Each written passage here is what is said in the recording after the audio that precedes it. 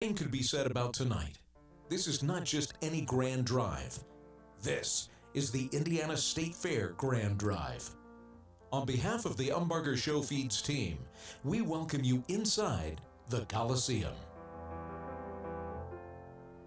Well, good evening, everybody, and welcome to the Indiana State Fair Grand Drive tonight. It is presented by Farm Credit Mid-America. My name is Marley Thomas. Well, that is Maya Martin. We will get her mic on here very soon. Hey, we have got a lot of exciting stuff taking place here tonight. It is great to see you all. Take a look around. It is packed in here. We are so excited. But first up, we do want to go ahead and introduce you to the Livestock Breeders Hall of Fame inductees, starting off with the livestock legend himself, Steve Nichols.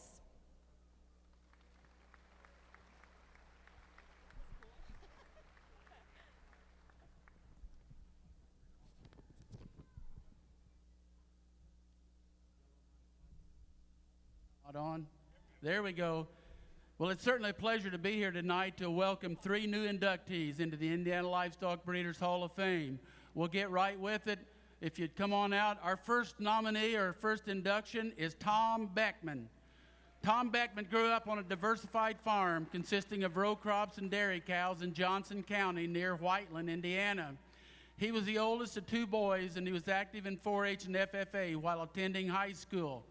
Tom graduated in 1971 from Whiteland High School and pursued his college education at Purdue University to study agriculture education. Tom enjoyed his time in college and took in all the festivities that college life had to offer.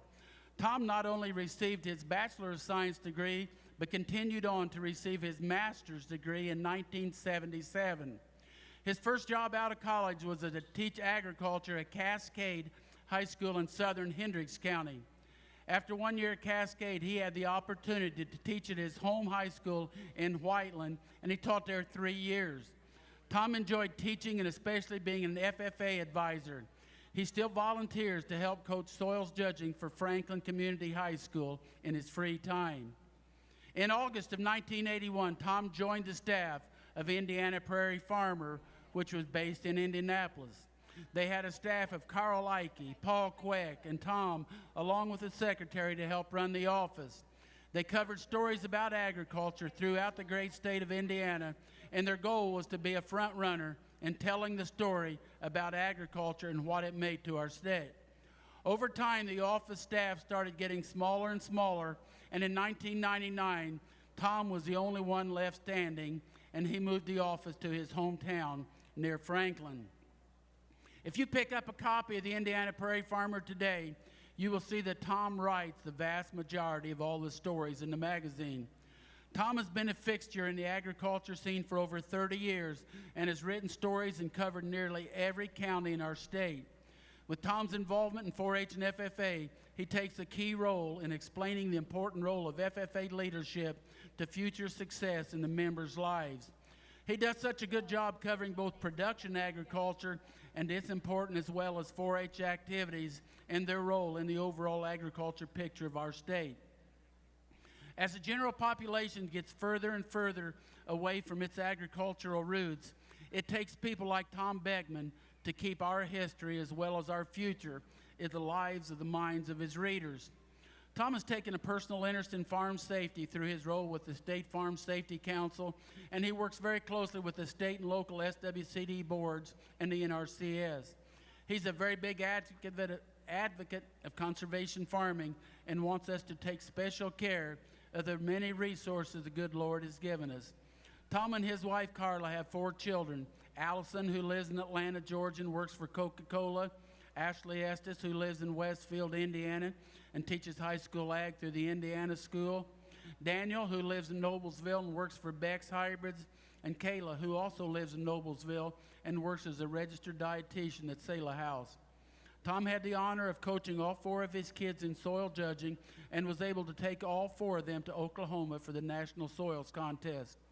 Agriculture needs a strong voice to tell the people in the world what is happening, and Indiana, one of our strong voices is Tom Beckman. Presenting the award is Dr. Larry Horseman, a 2015 inductee into the Indiana Hall of Fame. Let's give Tom Beckman a big round of applause.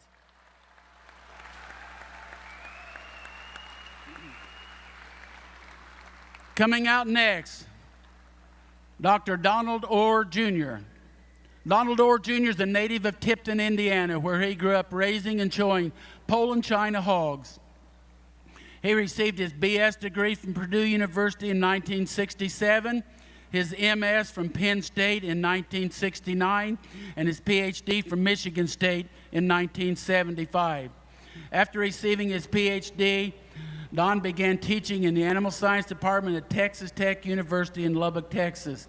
He was both assistant and associate professor and director of the Swine Research Center. In 1984, Don began his career with JBS United. He was the first PhD nutritionist for JBS, using research and development to drive swine nutrition innovation, providing effective products and building business models to facilitate producer decisions. With his leadership, the company has built a team of experienced in the research of both swine and poultry, and today, 45 animal science research and technical employees use the company's 4 research farms to work to meet the needs of the global needs of the company. Orr presently sits on the board of directors of JBS United, a position he's held since 1984. From 1997 until 2015, he served as its president. From 1997 and 2007, he was the general manager of the nutrition division, and from 1984 until 97, he served as the vice president, president of nutrition and development. In 1999, he became the founder of 3 China joint venture companies, of which he currently sits on the board of directors. He has served on the board of directors of Maple Leaf Farms and was a member of the Dean's Advisory Council in Purdue College of Agriculture. His community service record is extensive. Orr has served on the board of directors of the Indiana Chamber of Commerce, the Hamilton County Extension Board. He was president of the Alpha Gamma Rho Delta Chapter Alumni Corporation Board at Purdue. He has earned multiple awards and honors for his contributions. He received the Distinguished Hoosier Award and was selected as a Purdue Old Master. He was recognized as a Distinguished Agriculture Alumni by the Purdue College of Agriculture. Don and his wife, Pam, have 2 adult sons. David and wife, Kara, have 3 sons and live near Greenville, South Carolina. And Daniel and his wife, Selena, have a daughter and live near Charlotte, North Carolina. Accepting the award for his father, who could not be here tonight because of a previous commitment, his son David and grandson Caleb, they flew up yesterday from South Carolina just to accept this award for their dad. Presenting the award is Rex Smith, representing the purebred swine breeders. Let's give Dr. Don Orr a big congratulations.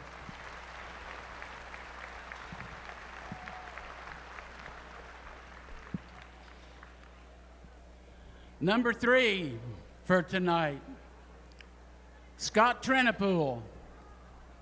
Scott Trenipool grew up in Middletown, Indiana, where he attended Shenandoah High School. He was a member of FFA and a 10-year 4-H member in Henry County. After high school, he attended Purdue University, where he was a member of the livestock judging team and heavily involved in block and bridle. He received his degree in agronomy. Upon graduation, he began his role as a feed salesman for Mormon Feeds in Crawfordsville, Indiana. During the late 80s and early 90s, Scott operated Specialty Cattle Company, which was a custom fitting service where he managed show cattle for breeders across the country. Well-known names in the Shorthorn breed, W.R. Shorthorns from Texas, Kate's Farms from Indiana, were some of the breeders that trusted Scott to manage and fit their cattle. Today, Scott is co-owner of Trenipool Farms, based out of his hometown. He resides there with his wife, Judy. The operation's diverse grain operation is focused on growing corn and soybeans while producing hay and straw to market to dairies in the state of Indiana. The beef cattle side of the operation is concentrated on raising Simmental and Sim-Angus cattle. Currently, he and his family run a 300-head cow-calf operation, producing cattle that will form in both the commercial and seed stock sectors. Every year, the operation hosts 4 major sales. The annual production sale, the Right by Design sale, is always held the Saturday after Thanksgiving, as well as their annual bull sale. The turnout time sale is held the 3rd week of April. In addition to these production sales, Trinity Farms hosts 2 online sales, the Top 10 and Early Opportunity sales in April and September, respectively. Scott manages the artificial insemination of all the cattle on the operation and works with his brother Jeff and herdsman Anthony Walton to make genetic selections. Cattle produced by Trinity Farms have become breed-leading herd sires, foundation donors, and winners at national, state, and local levels across the country. Over the years, Scott has also had the privilege to serve on several board of directors and departments at local, state, and national levels. He served for 9 years as the District 6 Director for Indiana Farm Bureau, as well as serving as President of the Henry County Farm Bureau. He worked as a District Support Specialist for the Indiana Department of Agriculture under Governor Mitch Daniels, where his focus was working with East Central Indiana soil and water conservation districts. For over 20 years, he has served on the school board for Shenandoah. He's a past member of the Indiana Shorthorn Association and current member of the Indiana Simmental Breeders Association. He's a board member of the Simmental Breeders Sweepstake and was recently elected to serve on the American Simmental Board of Trustees, representing the Eastern region. Scott and his wife Judy have 2 daughters, Adrienne and Claire. Scott was recently selected as a master farmer in the state of Indiana by the Indiana Prairie Farmer Association. I told Scott, with the kind of year you're having, you need to buy a lottery ticket. You get master farmer, you get in the Hall of Fame, and he's also going to judge the cattle in Oklahoma City this winter. Presenting the award is Brian Shooter, the new Executive Vice President of the Indiana Beef Cattle Association, and I think we've also got Miss Indiana State Fair out here, Brooke, to present the award to Scott Trinipool. Put your hands together for Scott Trinipool.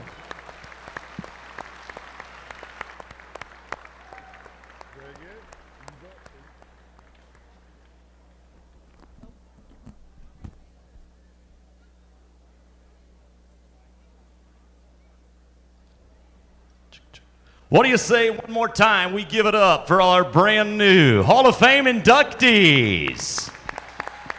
I want to welcome you guys 2023 to the Indiana Farmers Coliseum, the greatest show on dirt. You know, it's a dream by some, it's a goal to others, but it's a great honor to be here as we bring in those 6 species here in the 2023 4-H season. We represent 92 counties in the state of Indiana.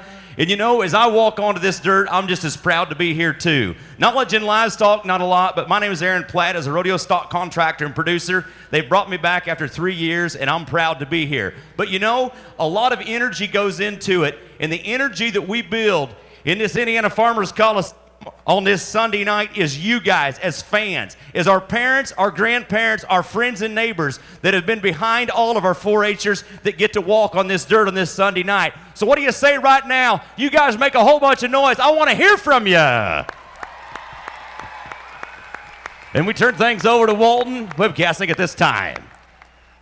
Joining us on stage here, we have the Indiana State Fair Board President, Gwen Mize. Gwen, take it away. Well, good evening. It's my pleasure to be able to welcome you to one of the greatest events of livestock youth competition, the Indiana State Fair Grand Drive. Tonight we are standing on hallowed ground, and we are going to witness firsthand the anticipation, excitement, and magic of what it means to compete on our dirt. The countless hours that our Indiana youth have worked and the hopes over the past few months, or maybe the past several years, are going to come to life tonight as their dreams hopefully will become their reality. So please sit back, relax, and enjoy celebrating our Indiana youth on a night that they will never forget. Gwen, thank you so much, and let's go ahead and send it over to Mr. Lynn Kuhn with Invocation. Good evening and welcome to the Great Indiana State Fair. We all know that Indiana is a state that grew the game of basketball, the state that has the best and second to none Grand Drive celebration, and the state that has the best young men and women who show livestock. I know that I'm excited and all of you are excited to see the show tonight, but let's take a moment to recognize and thank the one who makes this night of dreams possible. Please remove your hats, bow your heads, and assume an attitude of prayer. Dear Heavenly Father, thank you for providing us your endless love, hope, and generosity. Be with us as we strive to live the life Jesus showed us to live. We know there are many of us that are broken and need your guidance to live the way you want us to. Please be with them and all of us as we prepare for our eternal reward. Tonight, fill each of these exhibitors with a sense of satisfaction as they step onto the Coliseum dirt. We ask that you keep all of us in your outstretched arms and hold us close as we strive to make the best better. We ask that you give healing to our fragile nation and world, that we might all live in the safety of peace. Please continue to guide the Indiana State Fair Board and staff through this year's fair and toward future fairs.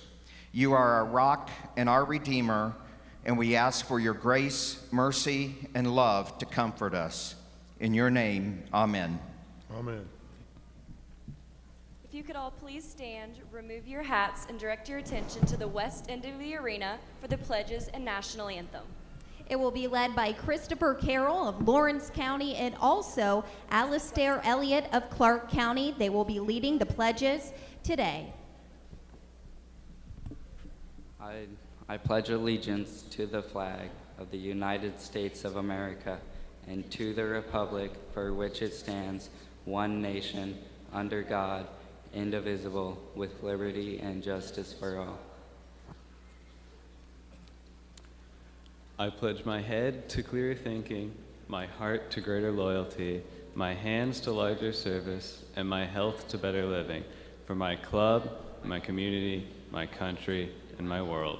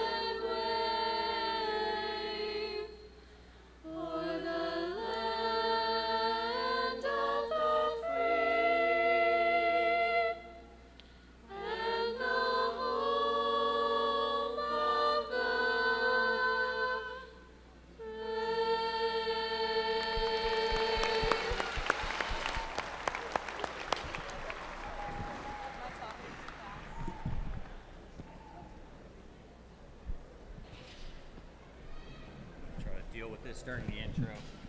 Make sure it's working.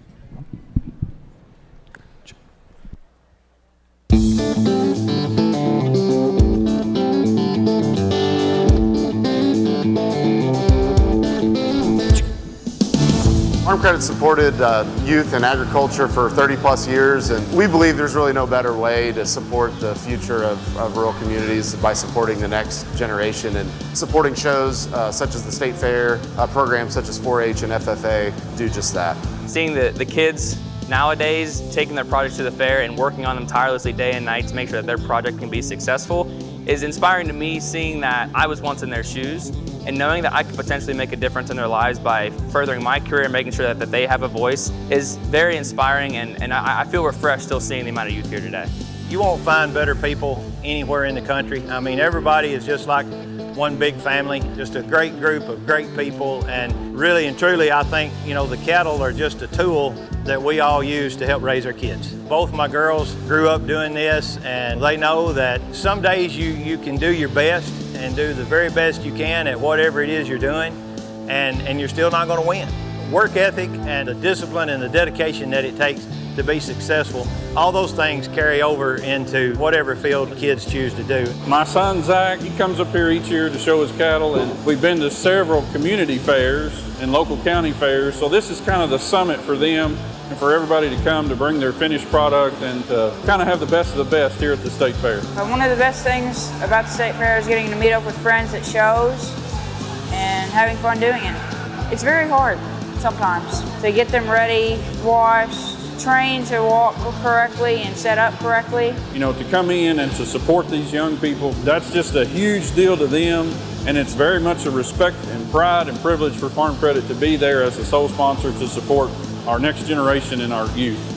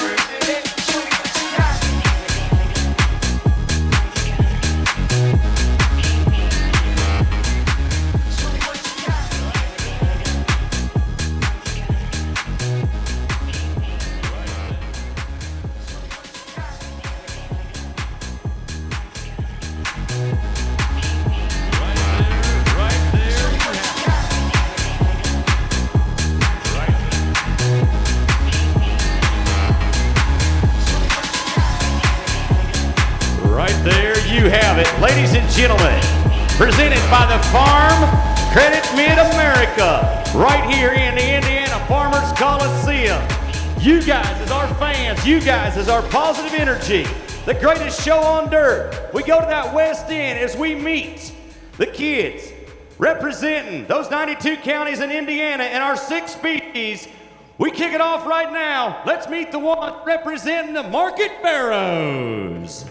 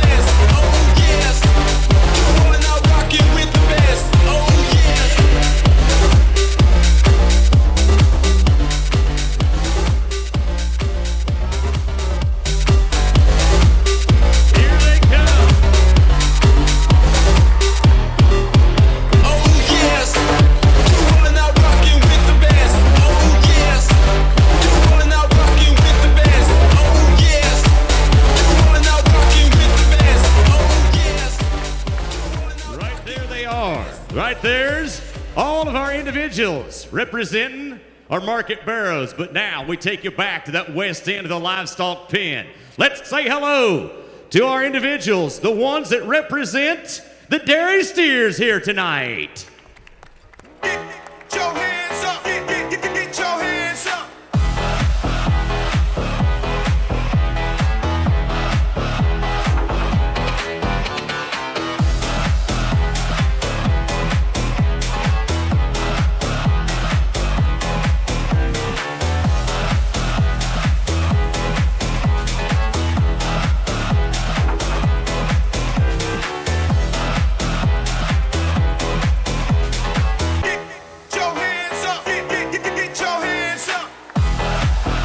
There they are. These are your dairy steers, exhibitors right here front and center.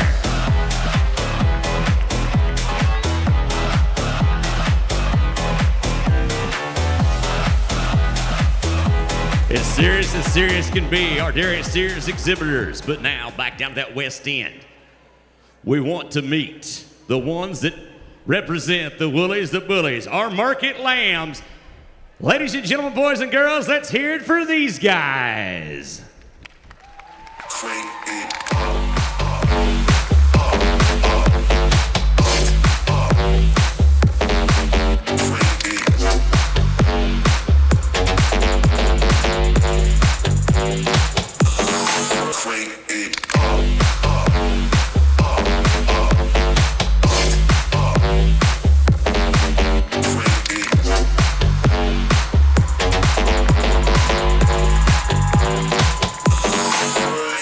That's right, your market lamb exhibitors.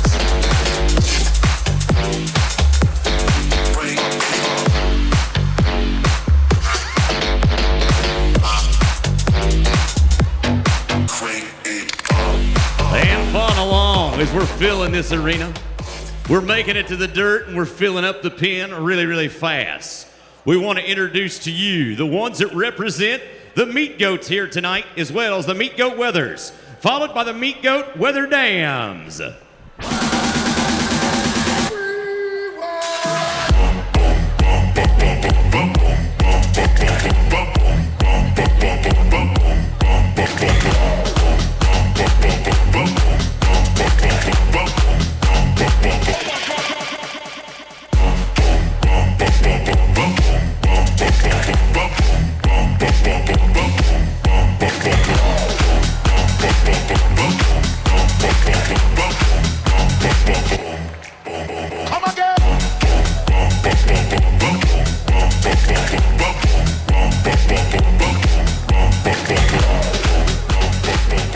Now we roll to our beef heifers.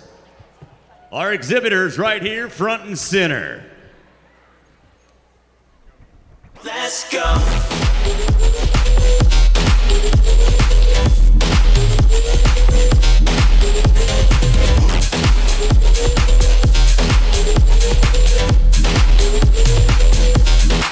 Let's go.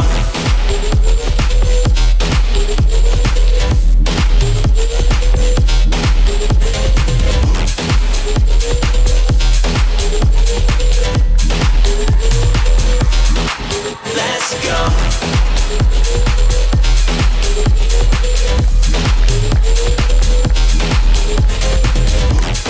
We can zip it, we can get it. It's been a long week, but kids, you can move a lot faster than that. And as we're 6 species deep, last but not least, let's meet our exhibitors here of our market beef. Yo,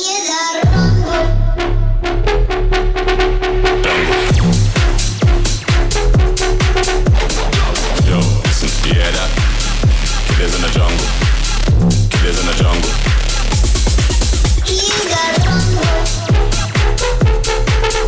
Jungle. Yo, listen, you hear that? Killers in the jungle. Killers in the jungle. Pull up the tune, pull up the rules, get to the DJ. Pull up the tune, pull up the rules, get to the DJ. Pull up the tune, pull up the rules, get to the DJ. Pull up the tune, pull up the rules, get to the. That's right, that's where you have it right here. On behalf of Farm Credit Mid-America in the Indiana Farmers Coliseum, we're 6 species deep. These are the kids that made it to the dirt. What do you say we light it up one more time, Indiana? They want to hear it from you guys. We're going to kick things off. Go ahead and head to your livestock, kids, as we kick things underway here on Sunday night. And you've heard enough from me by now. We turn things over to my compadre, Mr. Rusty Harmeyer. Well, thank you so much, Aaron. We will let the arena get cleared and let's judge some swine.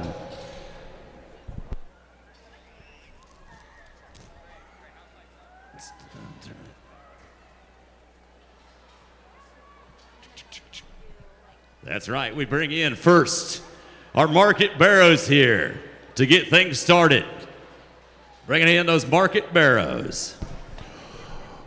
Please meet our reserve champion Berkshire Barrow, Peyton Jones, 6-year 4-H member from Clark County.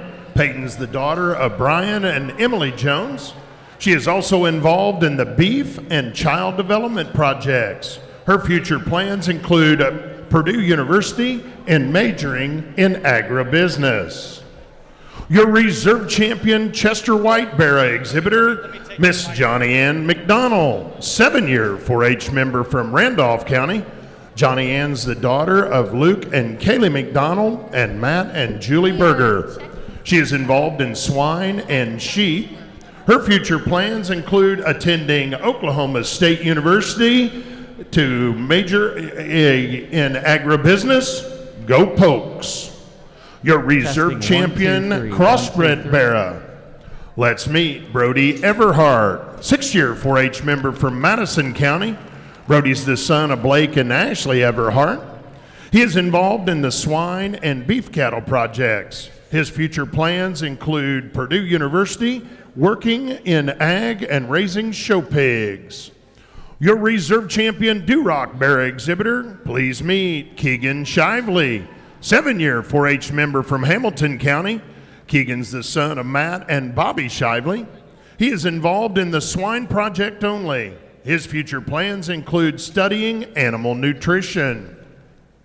Your reserve champion Hampshire Barrow, please meet Mason King, 8-year 4-H member from Lawrence County. Mason's the son of Joni Canfield and Chris King. He is involved in the swine and beef project. His future plans include medical school and becoming a radiologist. Your reserve champion Hereford Barrow exhibitor, please meet Kendall Kinshaw, 5-year 4-H member from Jackson County. Kendra's the granddaughter of Floyd and Clara Kinshaw. She is involved in the swine project only, and her future plans is to go to college and becoming a vet. Please meet your reserve champion Landrace Barrow exhibitor, Kylie Bender, 7-year 4-H member from Gibson County. Kylie's the daughter of Eric and Jamie Bender. He's involved in the swine project only. Future plans include Purdue University to become an athletic trainer. Your reserve champion, Poland China Barrow exhibitor, Landon Schwarzentruber, 8-year 4-H member from Decatur County. Landon's the son of Trent and Christy Schwarzentruber. He is addicted to swine, it says here. You bet. And his future plans include attending Black Hawk College to judge on their livestock judging team. Your reserve champion, Spot Barrow, Delaney Houston, 4-year 4-H member from Delaware County. Delaney's the granddaughter of Brant and Amanda Houston. She is also involved in the baking project. Her future plans include a doggy daycare. Your reserve champion, Tamworth Barrow, please meet TJ Rice, 5th-year 4-H member from Owen County. TJ's the son of Thurman and Mary Rice. He is also involved in the cattle and sheep projects. His future plans include spending time with my family and working on my projects. Your reserve champion, Yorkshire Barrow exhibitor, Luke Finney, 6-year member from Morgan County. Luke is the son of Andrew and Sarah Finney. He is only involved in the swine project, and his future plans include the family construction business. There they are, ladies and gentlemen, your reserve champion breed exhibitors.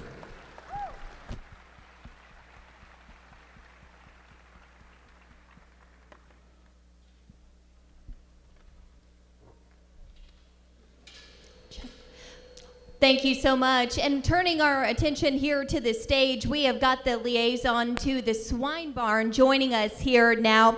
We have got Melissa Huff. So first of all, Melissa, we need to talk about this brand new swine barn. Hopefully you all have had the opportunity to walk over there and see it. What's been the feedback so far from that? feedback from this new building has been nothing but positive. The unloading procedures went so smoothly. We've gotten a lot of compliments on that. It's just light and bright, and the vantage point from looking out over that mezzanine, over the two rings, and the floor with all the pins is just, it's spectacular. All right. Well, Melissa, thank you so much. And we're going to be talking to her a little bit later about that. Let's turn our attention now to the ring.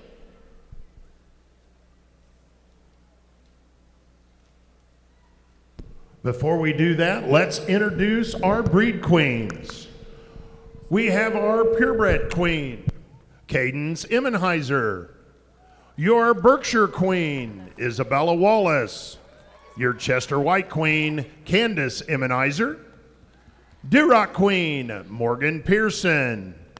Your Hampshire queen, Peyton Logue. Your Hereford queen, Haley Oram. Your Landrace breed queen, Sadie Warwick. Your Poland China queen, Chloe Graber.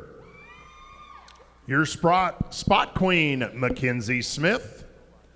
And your Tamworth queen, Kaylee Lowe.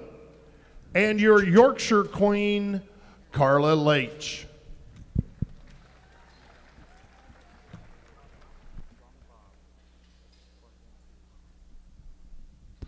Now let's meet our champions. Your champion, Berkshire Bear exhibitor, please meet Trent Lee, 9-year 4-H member from Elkhart County. Trent is the son of Mike Lee and Phoebe Hughes. His future plans include a livestock judging career. Your champion, Chester White Bear exhibitor, Harper Yoder, first-year 4-H member from Elkhart County. Harper's the daughter of Ryan and Laura Yoder. She is also involved in the dairy cattle, basketball, and softball. Her future plans include something in the livestock industry. Your champion, Crossbred Bear, please meet Harper Yoder once again. Harper's from Elkhart County, and she's the daughter of Ryan and Laura Yoder. Your champion, Duroc Bear, Brooklyn Day. Brooklyn's a fifth-year 4-H member from Tipton County. Brooklyn's the daughter of Chad and Morgan Day. Swine is her only 4-H project, and her future plans include being part of the family operation. Your champion, Hampshire Bear, please meet Caitlin Schillinger, 7-year 4-H member from Vanderbilt County. Caitlin's the daughter of Chris and Holly Schillinger. Her future plans include becoming an animal chiropractor. Your champion, Hereford Bear exhibitor, Sydney Loudermilk, 5th-year 4-H member from Clay County. Sydney's the daughter of Troy and Stacy Loudermilk. She is also involved in the beef and baking projects. Her future plans include becoming a dermatologist and continuing to show livestock. Your champion, Landrace Bear, please meet Dylan Whitaker, 6th-year 4-H member from White County. Dylan is the son of Patrick and Kelly Whitaker. He is also involved in lawn and garden, beef, and farm toy scene. Future plans include Purdue University and taking over the family farm. Your champion, Pola China exhibitor, Dallas Cardinal, 9-year 4-H member from Knox County. Dallas is the son of Brooks and Nikki Cardinal. He is also involved in tractor driving and watermelon project. Future plans include college and coming back to the family farm. And your champion Spot Bear exhibitor, Harper Day, 3rd-year 4-H member from Tipton County. Harper's the daughter of Chad and Morgan Day. Swine is her only 4-H project, and she hopes to be involved in the family swine operation. Your champion Tamworth Bear exhibitor, Casey Schillinger, 3rd-year 4-H member for Vanderbilt County. Casey's the daughter of Chris and Holly Schillinger. Her future plans include becoming a veterinarian. And your champion, Yorkshire Bear exhibitor, Brody Everhart, 6th-year 4-H member from Madison County. Brody's the son of Blake and Ashley Everhart. He is also involved in the Beef Project, and his future plans include Purdue University to pursue a career in agriculture. There they are, ladies and gentlemen, your champion bear exhibitors.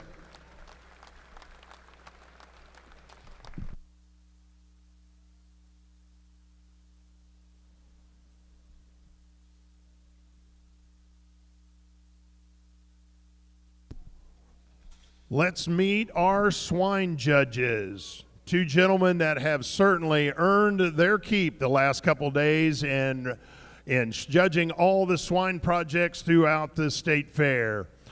Please meet Mr. Nick Hofschulde. Nick and his wife Holly live in Miami, Oklahoma with their children Kinley, Harper, Hazelyn, and the newest addition, Will. Nick was on the livestock judging team at Connors State College in 2007 and 2008. Nick has been involved with livestock production his entire life and is currently assisting in operating Hofschulde Genetics alongside with his brother Chris and his family, his sister Natalie, and his parents Philip and Jan. Our other swine judge, Mr. Josh Brockman. Josh lives in Montgomery, Texas with his wife and children. He graduated from Texas A&M University. He is the owner-operator of Brockman Farms, where they run approximately 200 sows and 15 boar studs. He has judged shows across the country from the local to the national level, including the NJSS Junior Market Barrows, the NJSS Crossbred Gilts, and numerous county and jackpot shows. Ladies and gentlemen, let's put our hands together, give a warm Hoosier welcome to Mr. Nick Hofschulde and Josh Brockman.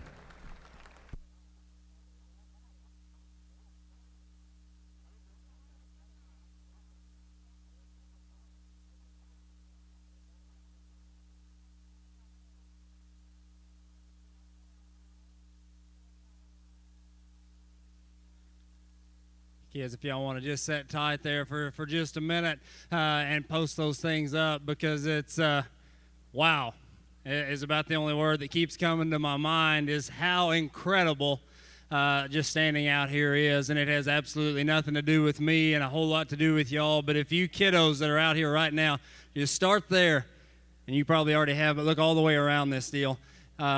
That's your support system that's absolutely incredible in the state of Indiana. If y'all would, before we go any further, just give yourselves a very large hand for what you do for these young people.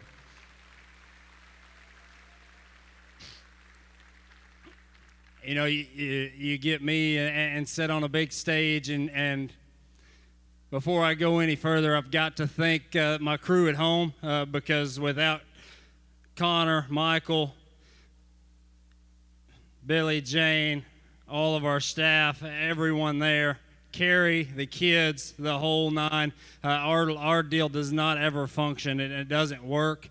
It doesn't allow me to be here. Luckily, Carrie's standing around ringside somewhere and gets to come with me to keep me in line, to keep things going. But without all of them, our life doesn't function. So I've got to thank them first and foremost, because I won't forget, but because it's that important to me. The staff here at Indiana, it's been absolutely incredible. We didn't say a lot in the ring and in the new barn over there that we can also talk about, but a seamless flow, that was awesome, next to none. You could not ask for a show over there in the pig barn to be ran any smoother, any better, or any higher quality, from the facility to the kids to the staff, things going in and off the scales. It's absolutely second to none. So I'm going to ask you to clap a few times, but give yourselves another great big hand for putting on an incredible event. Yeah, I'm just a big in a dream when you step out here. Me and Nick are the same age. We're 35 years old. We were in college at different places, but at the same time, it's been incredible to work with you. It's been a blast. This is, I know, for him as well, and he can give you his comments, but this is what we do day in and day out. This is what we love to do. But I can tell you, and if you've ever sat and seen me in the with a microphone in my hand with this many people that are just going to hear me talk, I only care to tell you about one thing. It was awesome and amazing, whoever prayed earlier, that we started this event. And I know we've got a long way to go, but we started by thanking the only one that allows us every breath that we take to set in this building, to set in that building for the last 2 days, and every other event and species that come. We started by giving him thanks. We started by prayer to him and in worship to him. It's a Sunday.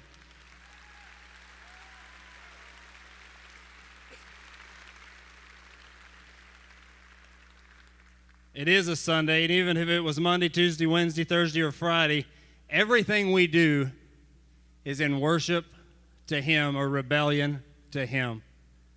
You think about everything that you do either glorifies God or glorifies yourself. Christ told us, deny yourself, pick up your cross, and follow me.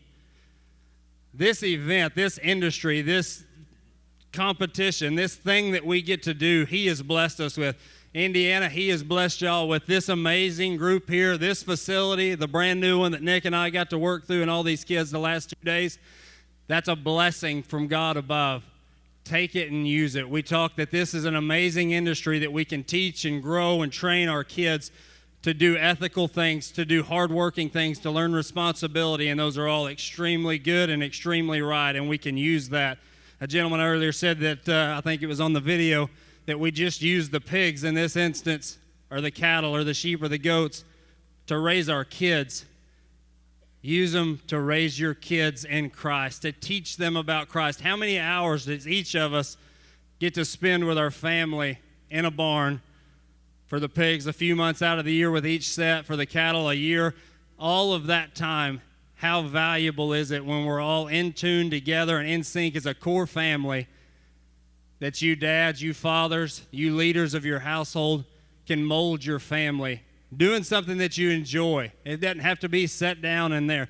You can open the Bible. You can talk about the Bible study that you may be able to have with your family, or maybe what you had there on Sunday morning at church from your pastor or your Sunday school teacher or what have you. But I'm telling you, as a nation, as a following people of Jesus Christ, my Lord and Savior, take the advantage of the blessings that he gives you to learn more about him, to grow that relationship with him. Because as was said in that prayer earlier, to him, to our Father in heaven, the only thing that matters is eternity. This pig show, it feels like, I know to you kids, that you've been out in this ring forever, that you've had these show bears on feed forever, that you walk on this earth forever. It's a short time. He gives us every breath that we have. He can take it at any moment, but he can bless us and continue to, and we can continue to worship him in everything that we do. And this is the most amazing platform that we can do to make our children understand that and grow in him as well. You know me, that's what I came here to say. Thank y'all so much for allowing me the opportunity. Let's give one hand for our Lord and Savior up in heaven. Kids, y'all can fire back up, and as we talk about it, Nick and I, like I say, it is a blast just to go through them together. Like we've both said to each other, it's so much fun to sit out here and study stock together when you both see things the same and you read their skeletons and that thing the same, and just how it goes. As the pigs come out, they all look incredible as they come out tonight. We thought there was one that just he could win in any state and anywhere and any stage and any show. He comes out and he looks incredible tonight. Nick, you want to go slap our champion?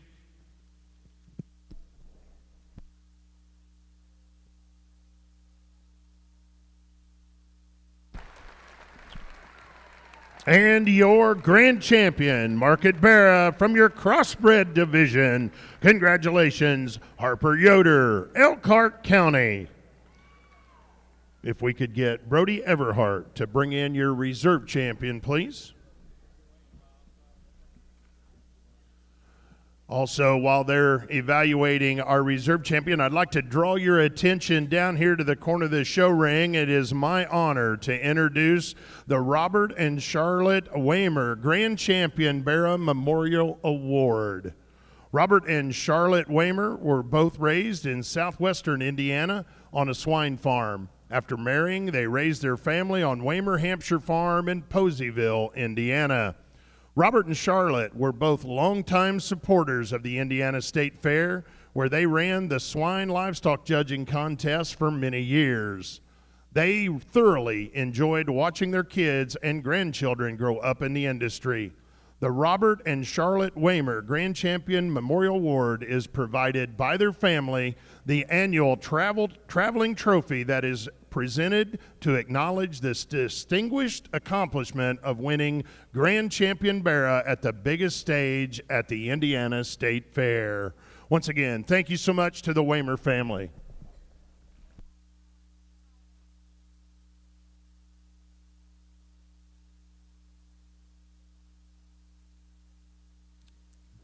Well, you guys can just park them for a minute here. It's been an awesome experience for me. I've been involved in this my whole life, and this is one of the biggest stages. I said earlier, this is the elite of the Midwest. When you talk about stock and you get in here and you do this, I want to thank my family for making it up here with me, my beautiful wife and my kids that come up with me to kind of experience this and see what it's about.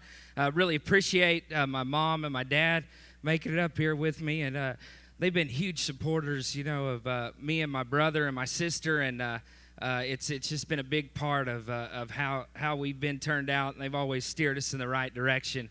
And just as a lot of your family have, and your mom and dads have, and they care about you. They want you to do good, and they know what the qualities and values of this program offers.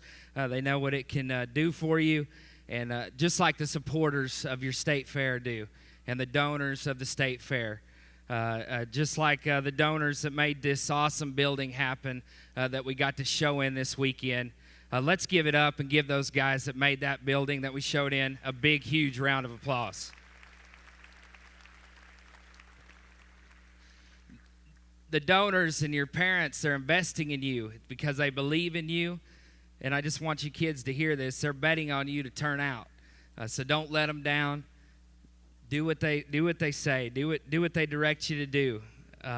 You know, one day you're going to leave this ring. You're going to go on and do great things. Maybe even become a donor one day yourself.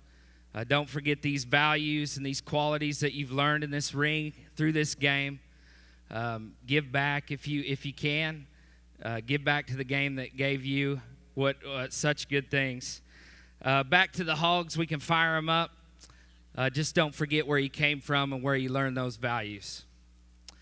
Out here for reserve, it's been a blessing to be alongside Josh and go through these hogs, and just fellow stockmen look through them. Like he said, we agreed on the top two, and pretty much on every selection that we made as we come together. It's been great just to bounce our thoughts off each other throughout this process. There's another one out here we thought was awfully close.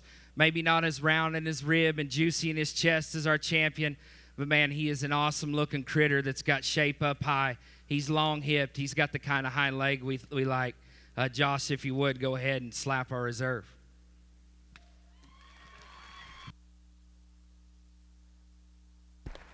And your reserve grand champion, Market Hog, congratulations, Brody Everhart, Madison County.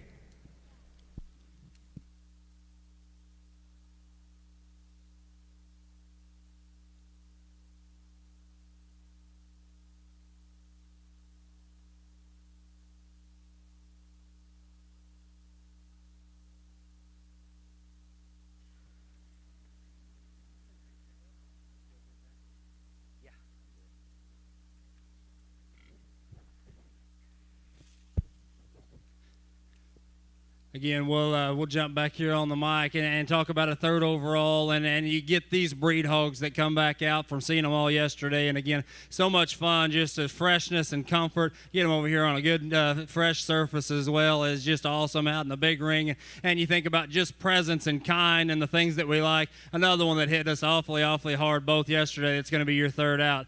Down here, the red one right here is next. Congratulations.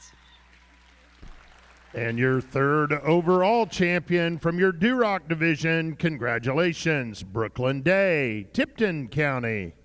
If we could get Keegan Shively from Hamilton County bringing in your reserve.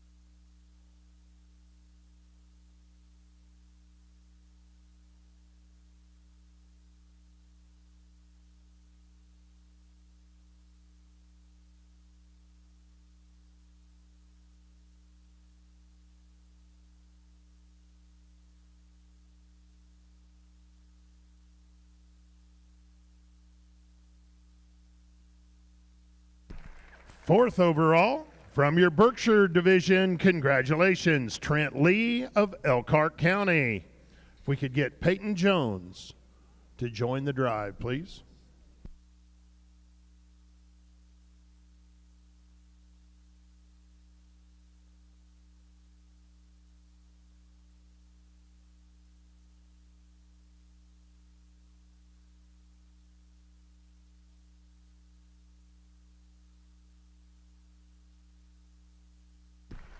And your 5th overall, also from your Berkshire Division, congratulations, Peyton Jones, Clark County. One more time, ladies and gentlemen, let's put our hands together, congratulate all of our market swine exhibitors.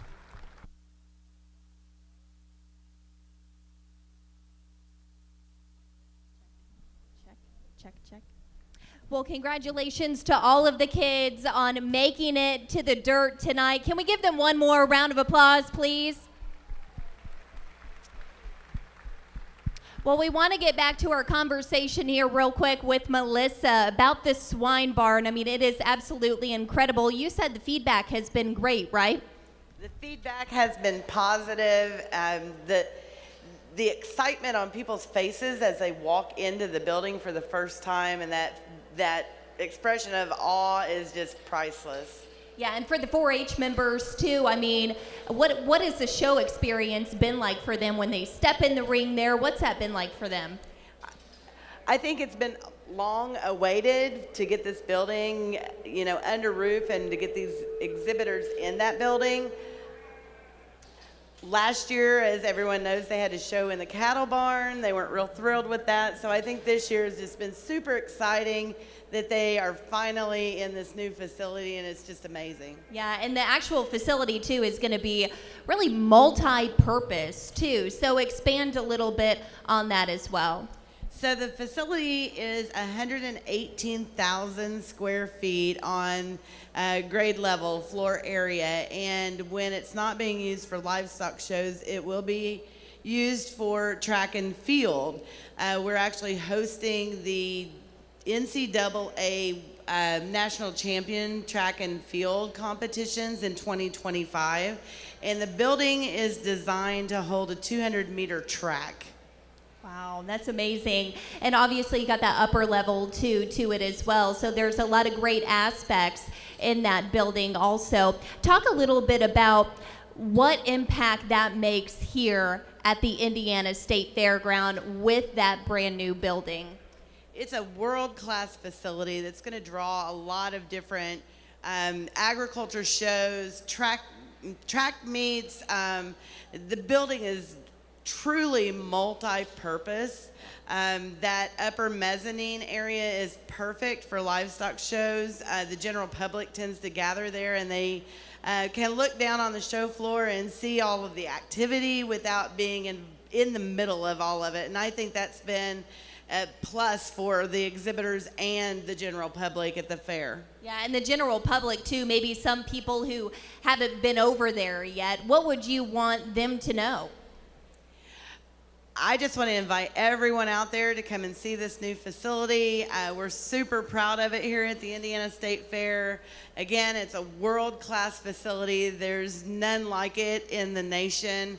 It's really just, like I said before, it's spectacular. It's a sight to see. Melissa, thank you so much. Anything else that you would want to add or maybe let everybody out there in the stands and at home know about as well? Yeah, I just want to thank our judges today. They have been outstanding. Thank you, Josh, for your words of faith. The quality of swine that these judges had to go through today, I just want to commend our exhibitors on that quality and the depth of it from top to bottom. Melissa, thank you so much. Let's give her a round of applause. Thank you. You know what?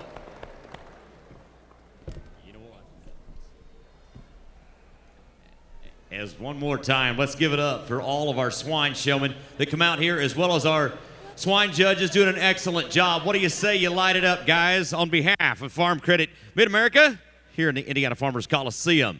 But right now, we come together, we go back down to the west end of the Livestock Show Arena.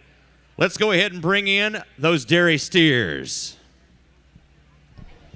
Let's bring in our second place. We will parade them, and then we'll introduce our class winners. Second place from Class 1, please meet Ryan Hester, 10-year 4-H member from LaPorte County. Ryan is the son of David and Pam Hesters. He is also involved in the Swine project. His future plans include Purdue University this fall, majoring in agribusiness. Second place from your Class 2, please meet Charlotte Carmody, 4th-year 4-H member from Whitley County. Charlotte's the daughter of Brad and Femi Carmody. She is also involved in the Swine and sewing projects. Her future plans include graduating from high school and earning a degree in agribusiness. Second place exhibitor from Class 3, Jace Beer, 6-year 4-H member from Kosciuszko County. Jace is the son of Mark and Jody Beer. He is also involved in the Goats and Swine project. His future plans include joining the family farm. Second place exhibitor from Class 4, please meet Jace Beer once again. Jace is a 6-year 4-H member from Kosciuszko County. Your second place exhibitor from Class 5, let's meet Dax Hunke. Dax is a 2nd-year 4-H member from Porter County. Dax is the son of Brett and Jennifer Hankey. He is also involved in the Boar Goats and Woodworking project. His future plans include starting his own business. Second place exhibitor from Class 6, Clay Beer.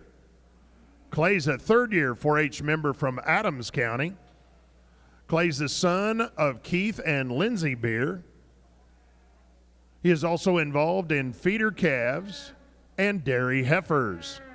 His future plans include continuing his academic career at Adams Central and attending a college. Your second place exhibitor from Class 7, please meet Chandler Stahl, 10-year 4-H member from Jackson County. Chandler's the son of Bruce and Mindy Stahl. He is also involved in sports fishing and genealogy. His future plans include custom spraying with drones and working in the ag industry. And your second place exhibitor from Class 8, please meet Chase Keller, 10-year 4-H member from Pulaski County. Chase is the son of Jason and Stephanie Keller. He is also involved in the Swine and Woodworking project. His future plans include attending Indiana University to major in nursing. Ladies and gentlemen, let's congratulate all of our second place dairy steer exhibitors.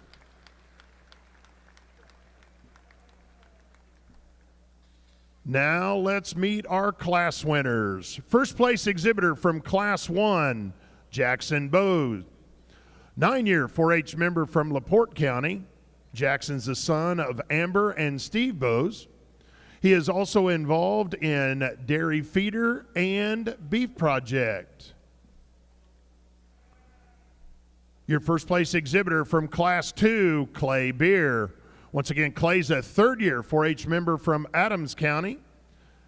Clay's the son of Keith and Lindsay Beer. Your first place exhibitor from Class 3, Kayla Sycophus. Kayla's a 6-year 4-H member from Noble County. Kayla's the daughter of Brian and Heather Sycophus. She is also involved in the dairy project. Her future plans include pursue a degree in agriculture. Your first place exhibitor from Class 4, Natalie Warner. 6-year 4-H member from Cass County. Natalie's the daughter of Jeremy and Julie Warner. She is also involved in the horse and pony and photography 4-H projects. Her future plans include a degree in animal science. Your first place exhibitor from Class 5, please meet Joshua Marker, 8-year 4-H member from Whitley County. Joshua is the son of James and Jeanette Marker. He is also involved in the rabbits and woodworking 4-H projects. His future plans include construction management and return to the family cattle operation. Your first place exhibitor from Class 6, please meet Addison Lordy, 3rd-year 4-H member from Noble County. Addie's the daughter of Mike and Jen Lordy. She is also involved in the dairy, vet science, and swine 4-H projects. Her future plans include becoming an exotic animal veterinarian. Your first place exhibitor from Class 7, Jared Beer, 10-year 4-H member from Kosciuszko County. Jared's the son of Mark and Jody Beer. He is also involved in the swine and goat project. Jared is currently a CDL driver for Maple Leaf Farms. And your first place exhibitor from Class 8, Catherine Carmody, 7-year 4-H member from Whitley County. Catherine's the daughter of Brad and Killian Carmody. She is also involved in the beef and swine 4-H projects. Her future plans include graduating high school and go to get a degree in elementary education. There they are, ladies and gentlemen, your first place class winners. Let's congratulate all of our dairy steer exhibitors.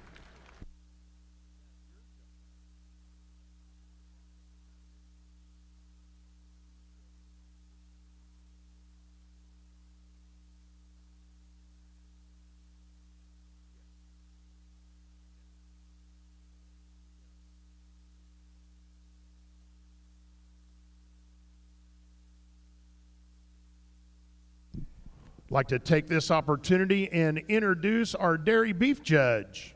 Please meet Miss Tawny DeYoung. Tawny grew up on a beef cattle ranch in western South Dakota where her family raised club calves, primarily Maine-on-Jew genetics. She studied animal science at South Dakota State University where she was a member of the livestock judging team. After working a few years, she returned to school for a master's in animal science at Michigan State University, where she served as the assistant and then the head coach of their livestock judging team. In the summer of 2020, she started as the head livestock judging coach and the animal science instructor at the University of Missouri, where she still works. She also serves as a 4-H livestock superintendent for the Missouri State Fair.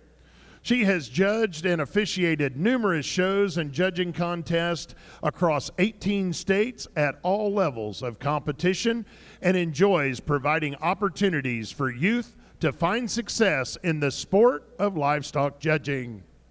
Ladies and gentlemen, put your hands together. Give a warm welcome to Miss Tawny DeYoung.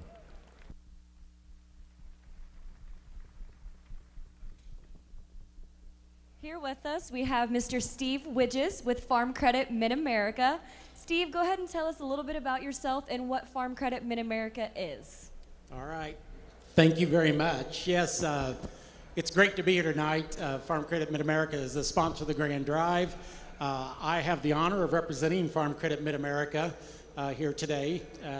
Farm Credit Mid-America, basically what we do is provide products and financial services to agriculture. In addition to that, we also are the owner of a brand called Rural First. And Rural First is a financing division that we have that allows us to provide financing for rural properties, rural homes, to meet the unique needs of our customers throughout all of Indiana. So our purpose is to secure the futures of rural communities and agriculture. And I like to say that rural communities need agriculture and agriculture needs rural communities. So very proud to be here tonight. Farm Credit Mid-America has really been a partner with the Indiana State Fair here at the Grand Drive for a while. So talk about why that partnership and that sponsorship is just so important to have. Yeah, I believe this is our 8th year of being the sponsor of the Grand Drive. And you know, as I sit here and listen to these 4-Hers introduced, so many of them have a desire to be a future in agriculture, right? And of course, that's what we're heavily involved in. But beyond that, 4-H and everything about 4-H is really near and dear to so many of our employees.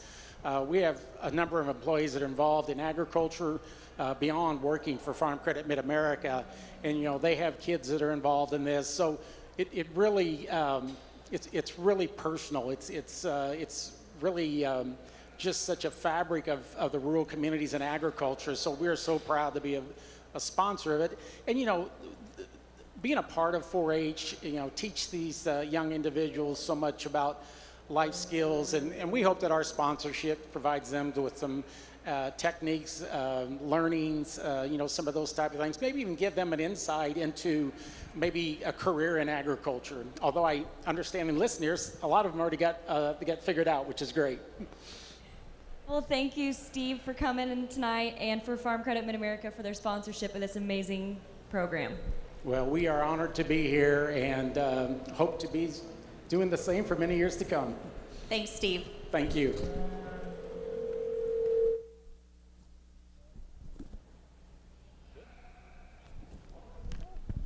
Thank you.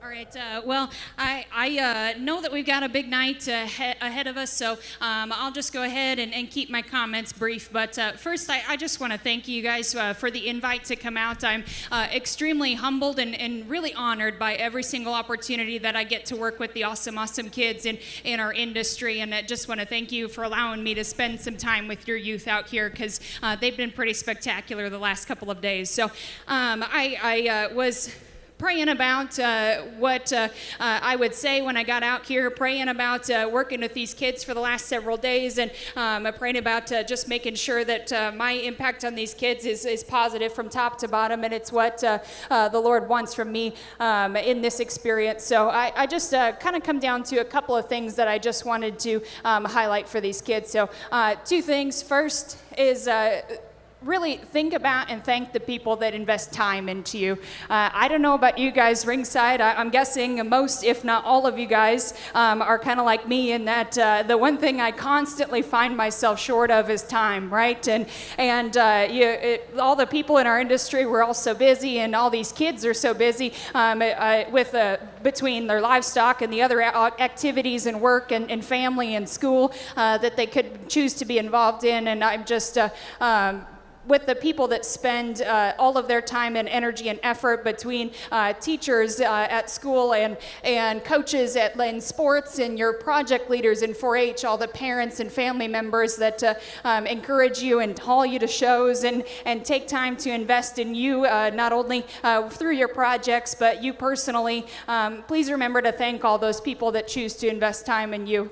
And 2 was to remember to thank God for the opportunities and the blessings that He gives us. And I feel really privileged already, as we talked in our judges talked in our Swine drive about God and the opportunities that He provides us. And honestly, I was pretty well moved to tears that we started out with prayer this evening. And there's a lot of places where it's not legal to do that.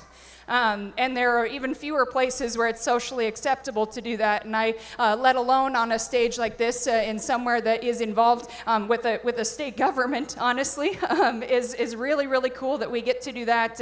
And I'll just leave you with this, that God gives us that opportunity to be in a country like this. God gives us the opportunity to not only do these things, and we pray for these things, and we pray for all of the things that are going wrong or the things that need some assistance in our lives, but in 1 Thessalonians, the end of 1 Thessalonians, Paul writes, rejoice always, pray continuously and give thanks in all things. And I oftentimes find myself rejoicing after I prayed and something has happened, but oftentimes we forget about the thanks. And I just wanted to make sure to and kind of bring that out here and felt like that's what God put on my heart to share with you all this evening. So we'll go ahead and talk a little bit about the kids out here and about the cattle. I think from top to bottom, really just good livestock, right? Hopefully you guys ringside can appreciate the true cow value of the livestock and that the young people have brought us out here, depending on, all the way from our class 1, our light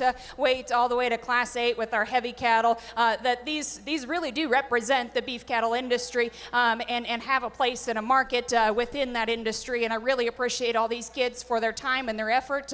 It takes a lot of time to get a market project to finish weight, and if you think about the time that it takes to get the other 4 species there, add several months, and that's where these kids are at. So I really appreciate their time and their efforts and their energies here. I am not going to go through and talk every single one of them. I probably won't talk in between all my top 5. I'll just tell you my priorities. I'm looking for one that's fat. I'm looking for one that has muscle. I'm looking for one that is functional on the move and has a good enough rib type to be able to represent good cattle within our industry. So audience, if you would please thank all of our dairy beef exhibitors. Give them a big round of applause. We'll get you a top 5.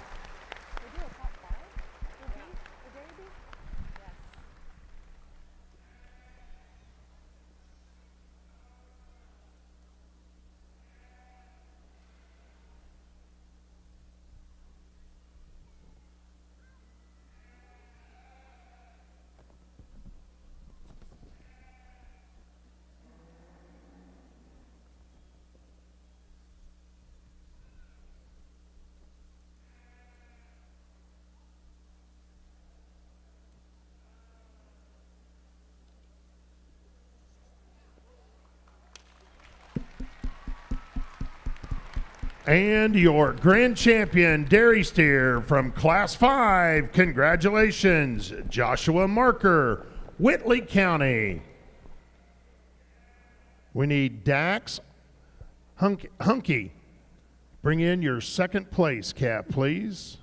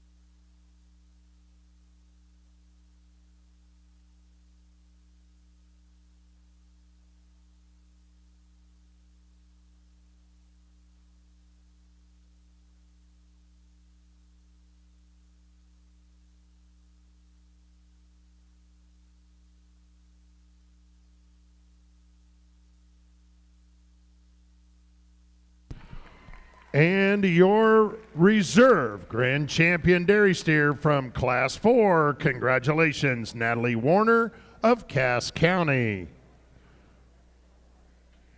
We need Jace Beer to bring in your second place calf from Class 4, please.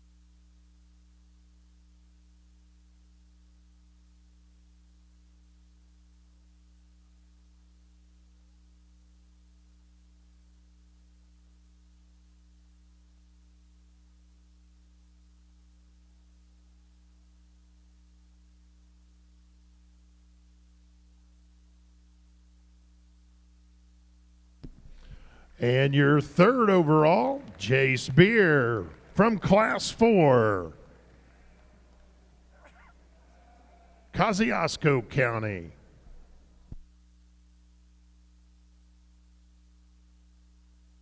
Your fourth overall, Clay Beer from Class 2, Adams County. Charlotte Cormany, if we could bring in your second place calf, please. Charlotte Cormany.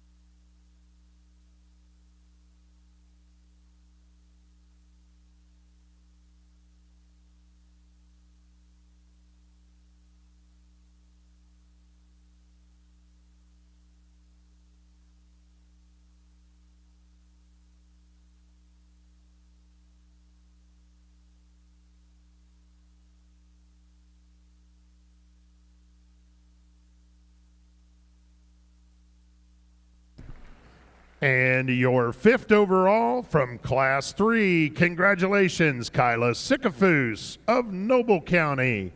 One more time, ladies and gentlemen, let's congratulate all of our dairy steer exhibitors.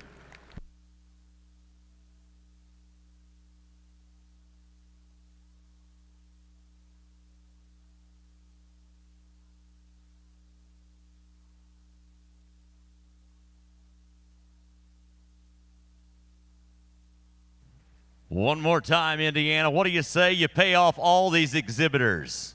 As our judge said, you know, it's endless hours with all these species, but this species in particular, it's even a few set of extra hours. So one more time, let's pay off all of our exhibitors.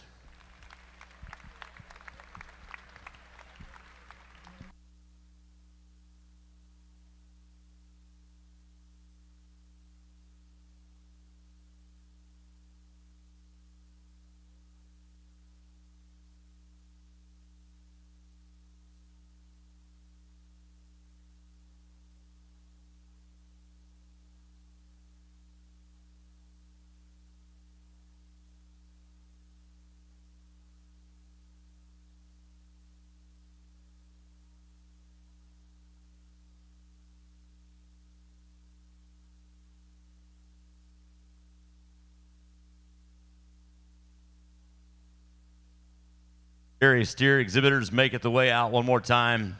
Those exhibitors want to hear from you guys.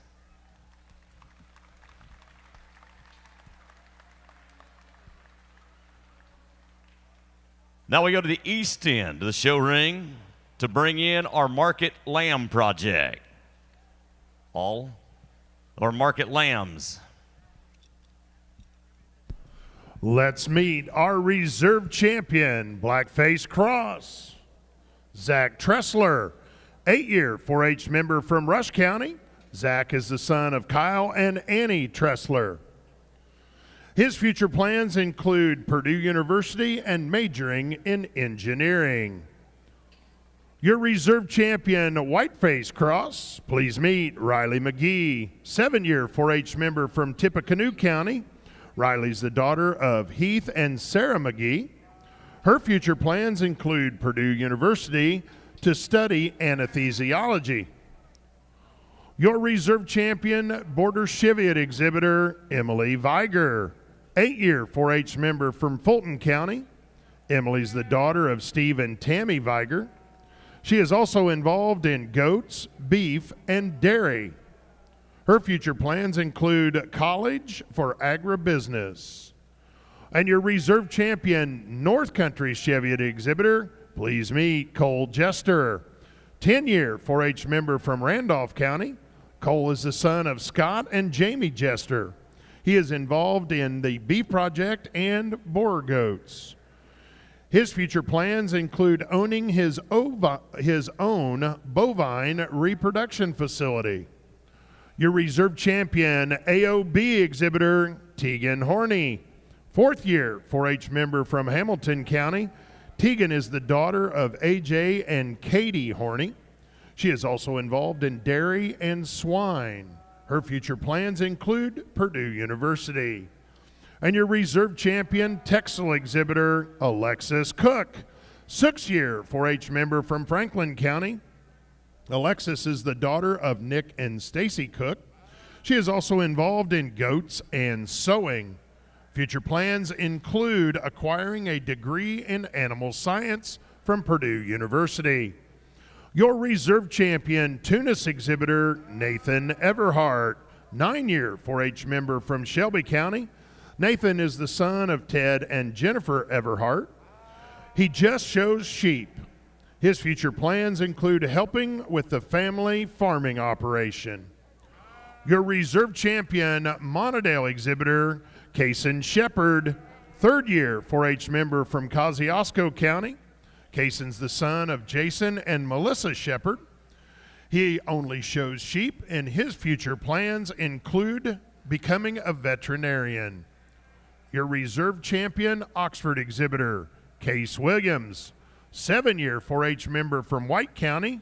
Case is the son of Julie Williams and the grandson of Gary and Chris. He is also involved in swine and farm scene. His future plans include Purdue University. Your reserve champion, Shropshire exhibitor, Cooper Martin, 4th-year 4-H member from Jackson County. Cooper is the son of TJ and Katie Martin. He is also involved in showing swine and playing baseball. His future plans include playing college baseball. Your reserve champion, Southdown exhibitor, Carson Hoon, 1st-year 4-H member from Noble County. Carson is the son of Brianne Weber and Michael Hoon. He also shows swine. His future plans include winning the Indiana State Fair. Your reserve champion, Dorset exhibitor, Kinsey Minnan, 9-year 4-H member from Cass County. Kinsey's the daughter of Brent and Melissa Minning. She is also involved in cattle and swine projects. Her future plans include pursuing a career in ag finance. And your reserve champion, Horn Dorset exhibitor, please meet Regan Klotz, 1st-year 4-H member from Wayne County. Regan is the daughter of Natalie and Jeremy Geertz and Kevin Klotz. She is also involved in the swine and beef project. Her future plans include becoming a professional barrel racer. Please meet your reserve champion, Hampshire exhibitor, Julie Gardy, 8-year 4-H member from Whitley County. Julie's the daughter of Justin and Danielle Gardy. Her future plans include a major in ag communications. And your reserve champion, Suffolk exhibitor, Jordan Leiniger, 10-year 4-H member from Kosciuszko County. Jordan's the daughter of Thad and Rochelle Leiniger. She is involved in all the possibilities, she says. Her future plans include attending Butler University and continuing with her plan of grazing sheep on the White House lawn. Your reserve champion, Dorper exhibitor, Kenlyn Myers, 3rd-year 4-H member from Jay County. Kenlyn is the daughter of Kayla Myers and Tony Myers. She is also involved in softball and soccer. She wants to become a vet. And your reserve champion, natural colored exhibitor, Kendall Rosine, 8-year 4-H member from Wabash County. Kendall's the daughter of Christian and Andrea Rosine. Her future plans include Purdue University and a degree in ag business. Now your champions. Your champion, Blackface Cross exhibitor, please meet Colton Kephart, 7-year 4-H member from Johnson County. Colton's the son of Ryan and Amanda Kephart. He is also involved in the swine, goats, and livestock judging projects. He wants to compete nationally in a livestock judging team and is continuing to consider his options. Your champion, white-face cross exhibitor, Kennedy Mitchell. 4th year 4-H member from Park County. Kennedy's the daughter of Matt and Michelle Mitchell. She is also involved in photography and foods. Her future plans include Purdue University and vet science. Your champion border Chevy exhibitor, Kenyon Buckland. 9-year 4-H member from Huntington County. Kenyon is the son of John and Alyssa Hannon. He is also involved in poultry and swine project. He wants to go to college and become an animal chiropractor. Your champion, North Country Chevy exhibitor, Colton Martin. 10-year 4-H member from Kosciuszko County. Colton's the son of Megan and Rob Martin. He is also involved in the goats, rabbit, and poultry projects. His future plans include Cedarville University with a degree in mechanical engineering. Your champion, AOB exhibitor, Tegan Horney. 4th year 4-H member from Hamilton County. Tegan is the daughter of AJ and Katie Horney. She is also involved in the dairy, swine, and floriculture projects. Her future plans include Purdue University. Your champion Texel exhibitor, Lindsay Peterson. 7-year 4-H member from Kosciuszko County.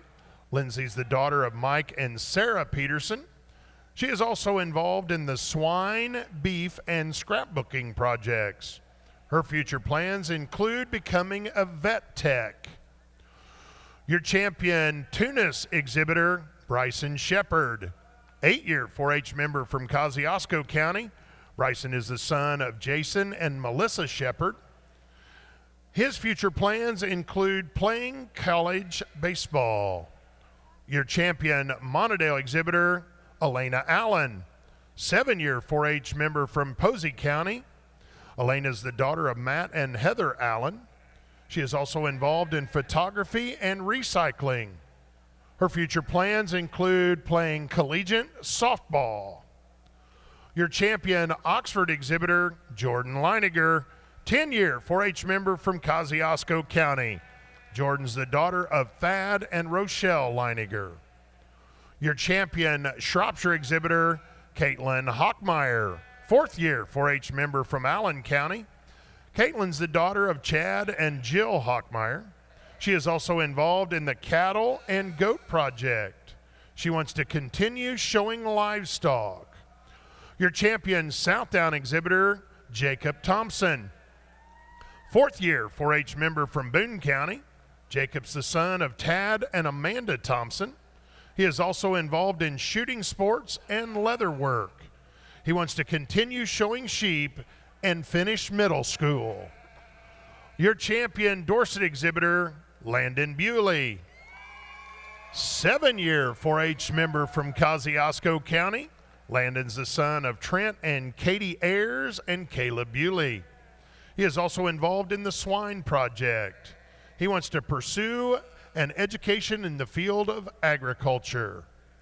Your champion Horn Dorset exhibitor, Jake Jordan.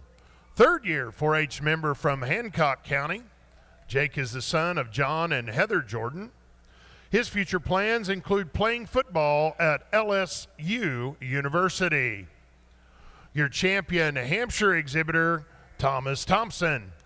7-year 4-H member from Boone County. Thomas is the son of Tad and Amanda Thompson. He's also involved in shooting sports and small engines. His future plans include becoming a pilot. Your champion Suffolk exhibitor, Jacob Thompson. 4th year 4-H member from Boone County. Jacob's the son of Tad and Amanda Thompson. Your champion Dorper exhibitor, Riley Smith. 4th year 4-H member from Newton County. Riley is the daughter of Randy and Erica Smith.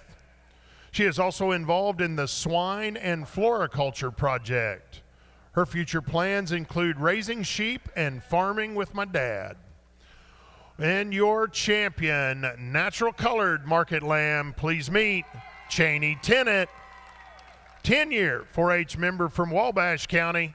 Cheney's the daughter of Brad and Kim Tennant. She is also involved in the Goats and Floriculture Project.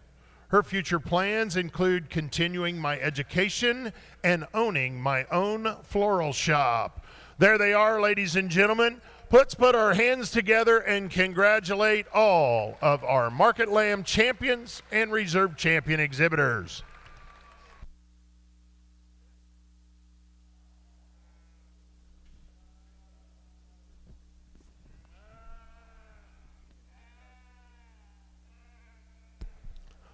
I'd like to take this opportunity and introduce our sheep judge. Please meet Mr. Marvin Enzer. Marvin and his wife Karen reside in San Angelo, Texas. He recently retired from Texas A&M AgriLife Extension Service. He was a county extension agent for more than 20 years and then served as a program director for agriculture until his retirement. He currently enjoys spending time with his family, raising show lambs for the grandkids, and operating a small commercial sheep operation. Marvin is no stranger to the show ring. He has judged regional, state, and national livestock shows across the United States. He has judged the market lambs at the Houston Livestock Show and Rodeo, North American, National Western Stock Show, the American Royal, Fort Worth, and San Angelo Stock Show. Ladies and gentlemen, let's put our hands together, give a warm welcome to Mr. Marvin Enzer.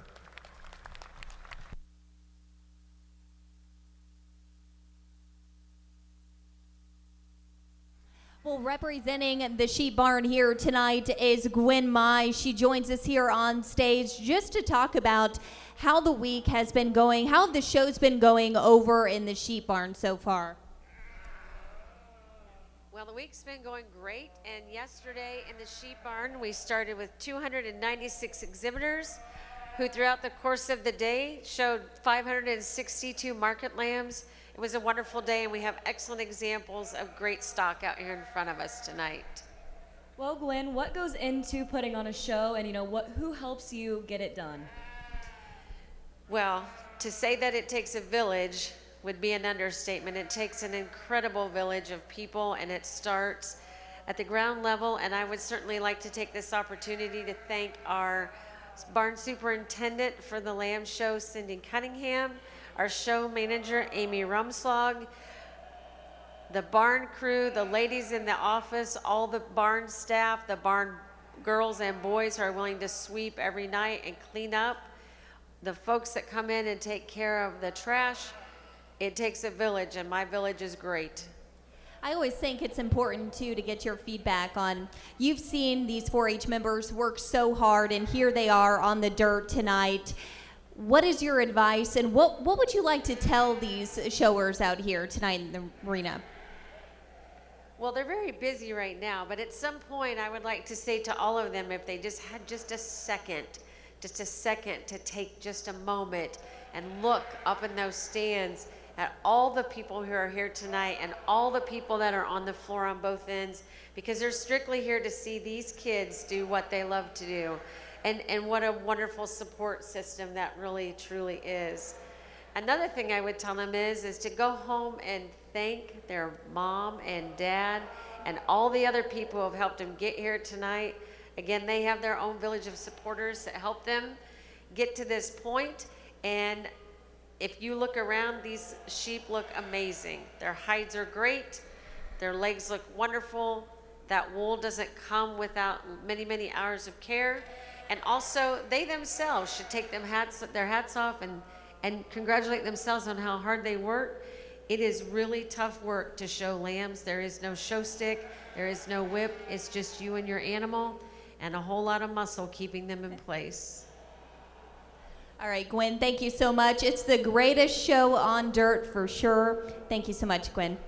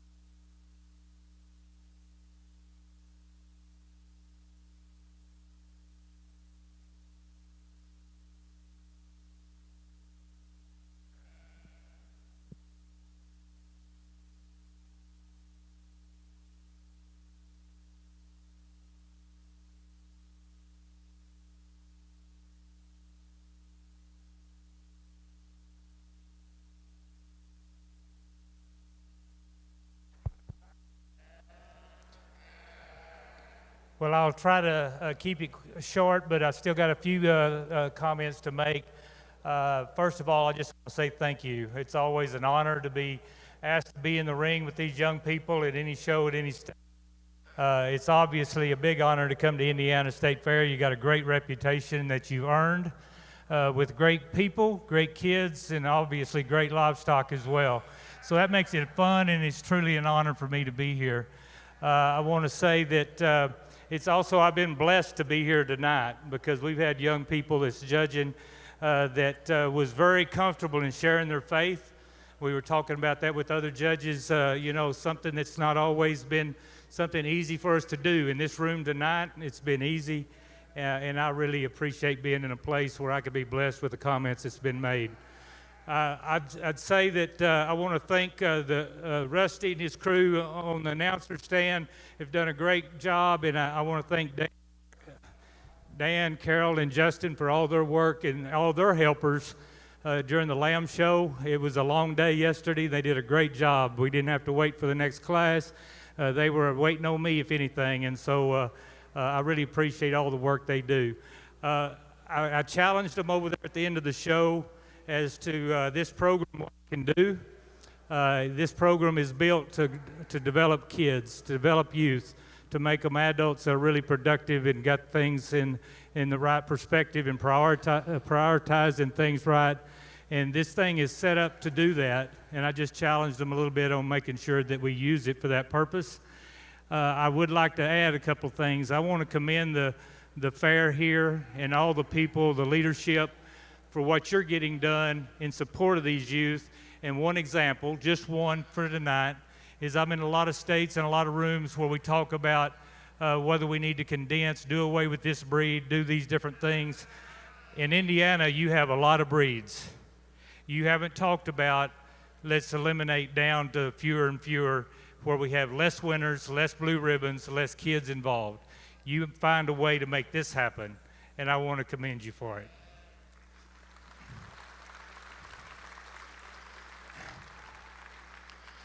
So briefly, I'll say on the livestock part, it lived up to its billing. I'll put it that way. The Indiana State Fair, starting with the black-faced crosses early in the day, was a really tough division. There was a lot of lambs there that could justifiably be here with another different man in these boots, and I understand that. I'm just the one that's blessed and honored to be here to give you my opinion, but I like what I have here. They're really good.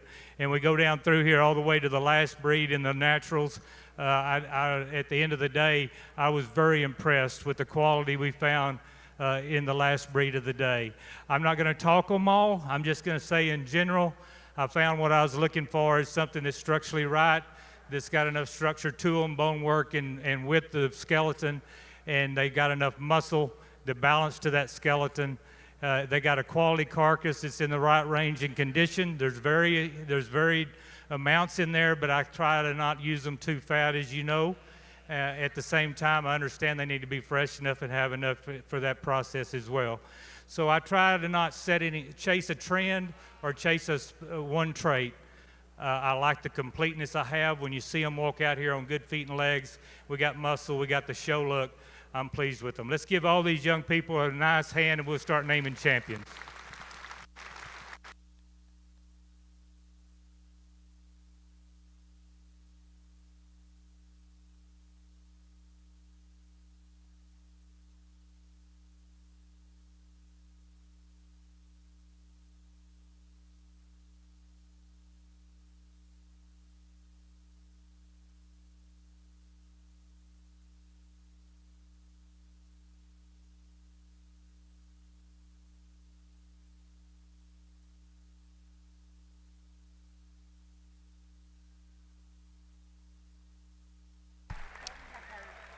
And your grand champion in your Market Lamb division from your Blackface Cross, congratulations, Colton Kephart.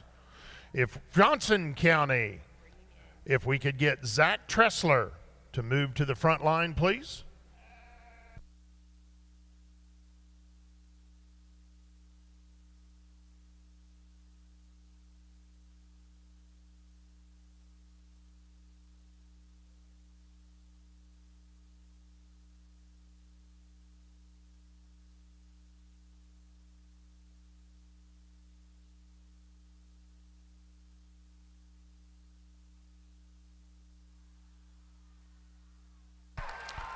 And your reserve grand champion market lamb from your natural color division, congratulations, Cheney Tennant, Wabash County.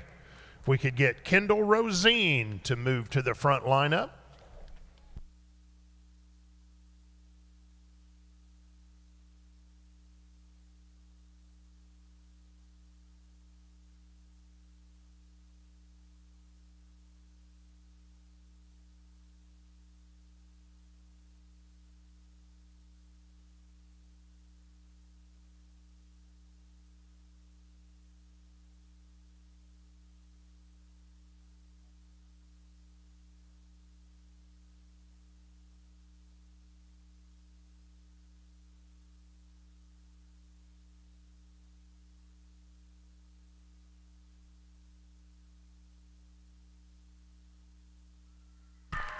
Your third overall market lamb from your Blackface Cross division, congratulations, Zach Tressler, Rush County.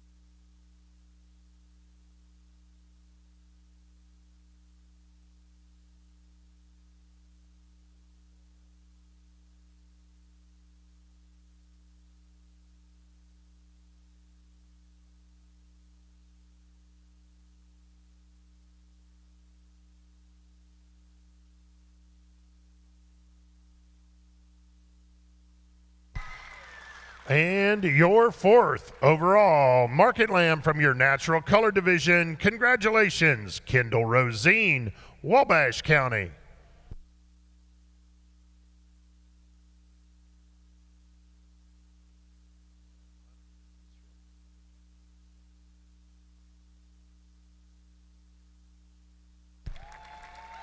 Fifth overall market lamb from your Hampshire division, congratulations, Thomas Thompson of Boone County. That's it, ladies and gentlemen. Let's put our hands together one more time. Congratulate all of our champion and reserve champion market lamb exhibitors.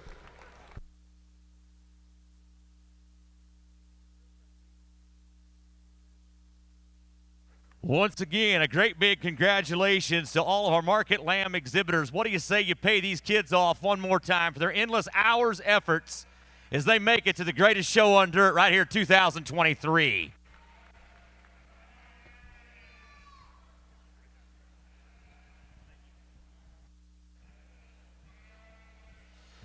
On behalf of the Farm Credit Mid-America, the Grant Drive, we clear things out.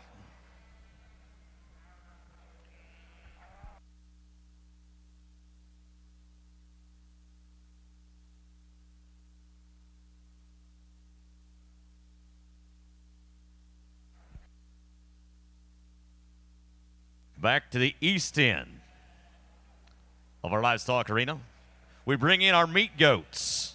Our meat goats will be followed by our meat goat weather dams. As I turn things back to Rusty to bring in all of our exhibitors.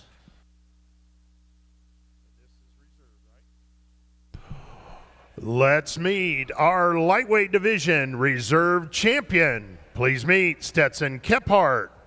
Third year 4-H member from Johnson County. Stetson's the son of Ryan and Amanda Kephart. He is also involved in the Swine and Skillathon projects. His future plans include becoming a vet. Your reserve champion middleweight division exhibitor, Will Morris. 8-year 4-H member from Johnson County.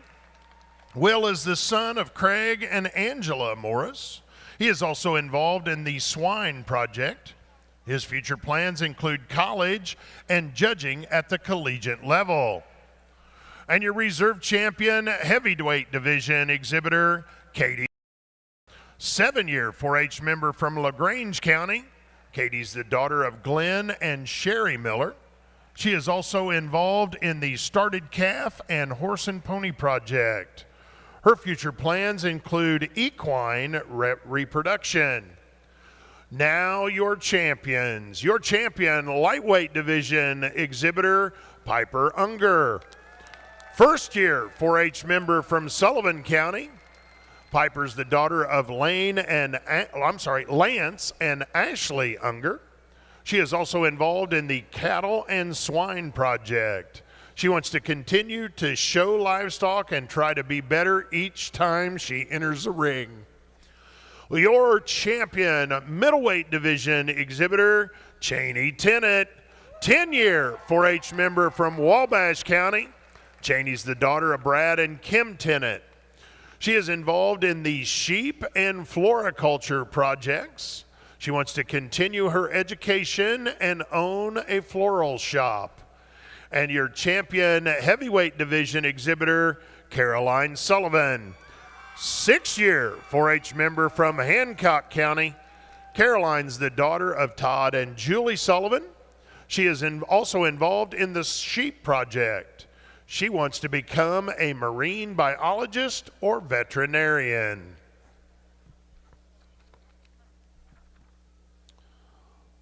Let me take this opportunity and introduce our goat judge. Please meet Catherine Riley.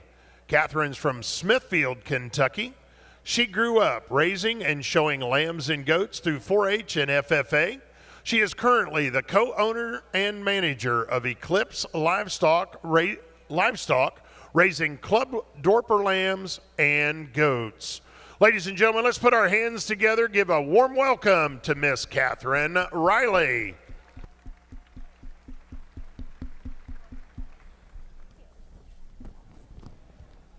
Here with us this evening, we have Miss Indiana State Fair 2023, Miss Claire. Claire, go ahead and tell us a little bit about yourself and what you've done at the fair so far. Yes, thank you for having me. This is so cool. My name is Claire Bishop, and I'm the reigning Indiana State Fair Queen. I just graduated high school, and I will be going to Purdue University in the fall. Boiler up. Super excited about that. Yes, we got some cheering. I myself am a current 10-year 4-H member, where I show beef cattle, boar goats, swine, and rabbits. I was actually showing all day today as well. I looked a little bit different this morning, though. I'm super excited for this state fair. I've had a really fun spring and summer promoting the Indiana State Fair, and I'm so excited for the greatest 18 days of summer. I was going to say, if you showed in those boots today, that is impressive. Those boots are beautiful. So talk to me about what you've done so far at the State Fair, and then also maybe future plans for the rest of the month as well. Yeah, so far at the State Fair, it's been a great 8 days so far. We had opening ceremonies, which was incredible, hosted in the new Indiana Farm Bureau Fall Creek Pavilion. It's a gorgeous facility. If you haven't been in there, definitely go check it out. We've had a lot of really cool events. I've loved all the 4-H competitions. I got to judge the mullet competition a couple days ago. I'm losing track of time already. But that was a really fun event. And of course, I've eaten a lot of fair food, so that's been like a highlight of the last 8 days so far. And the next 10, we really hope to continue to celebrate agriculture and all of the different themes, including basketball in our state. I'm very excited. I hope the weather cooperates the next 10 days. Yeah. All right, well, thank you, Claire, and enjoy the next 10 days of your reign. Thank you.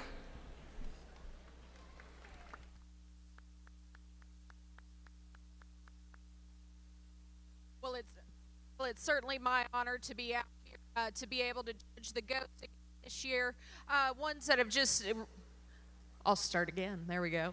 Well, it's certainly my honor to be out here this evening to judge these weathers and the weather dams this morning.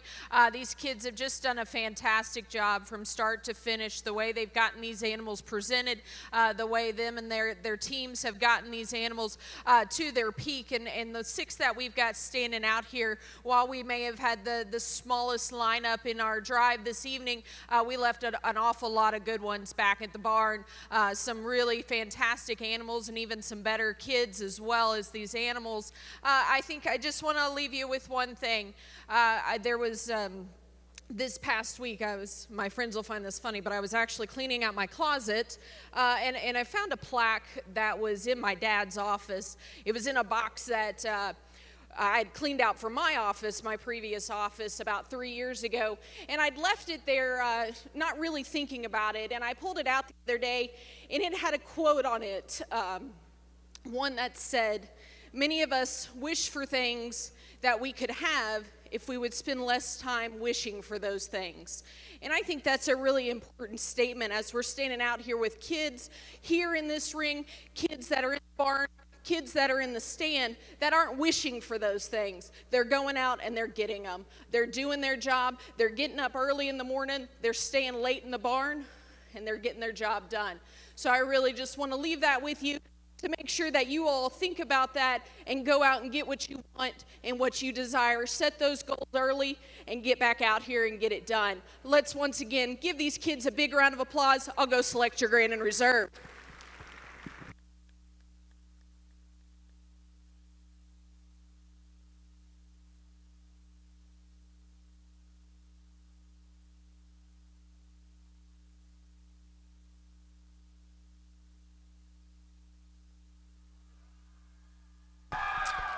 And your grand champion, Meat Goat Weather from your middleweight division. Congratulations, Cheney Tennant, Wabash County. If we could get Will Morris to bring his reserve into the front lineup, please. And your reserve grand champion from your heavyweight division, congratulations, Caroline Sullivan of Hancock County.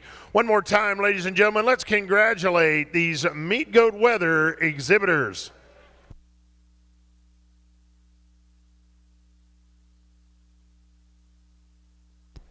And now for the weather dams. Let's meet our lightweight division reserve champion, Styles Staunch. 6-year 4-H member from Putnam County.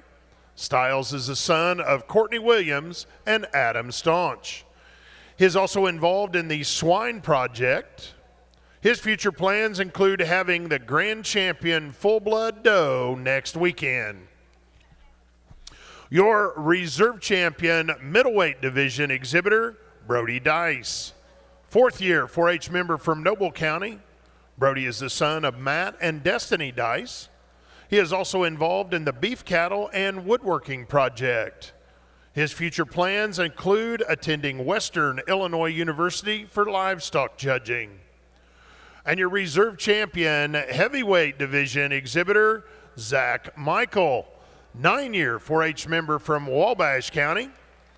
Zach is the son of Jeff and Amanda Michael. He is also involved in the poultry project. His future plans include growing his power washing business and farming with his family. Now your champions. Your champion lightweight division exhibitor, Tanner Hollers. 9-year 4-H member from Monroe County. Tanner is the son of Jason and Renee Hollers. He is also involved in the sheep and welding projects. He is a certified welder and is going to work for his dad. Your champion middleweight division exhibitor, Ethan Dow. 6-year 4-H member from Benton County. Ethan is the son of Alan and Lisa Dow. He is also involved in the 4-H building projects. His future plans include working with goats in some capacity. And your champion heavyweight division exhibitor, Cooper Olstrom. 4th-year 4-H member from Elkhart County. Cooper's the son of Brady and Susan Ostrom. He is also involved in the Swine, Beef, and Dairy Starter 4-H project. He wants to continue to raise livestock with his family and pursue a career in agriculture.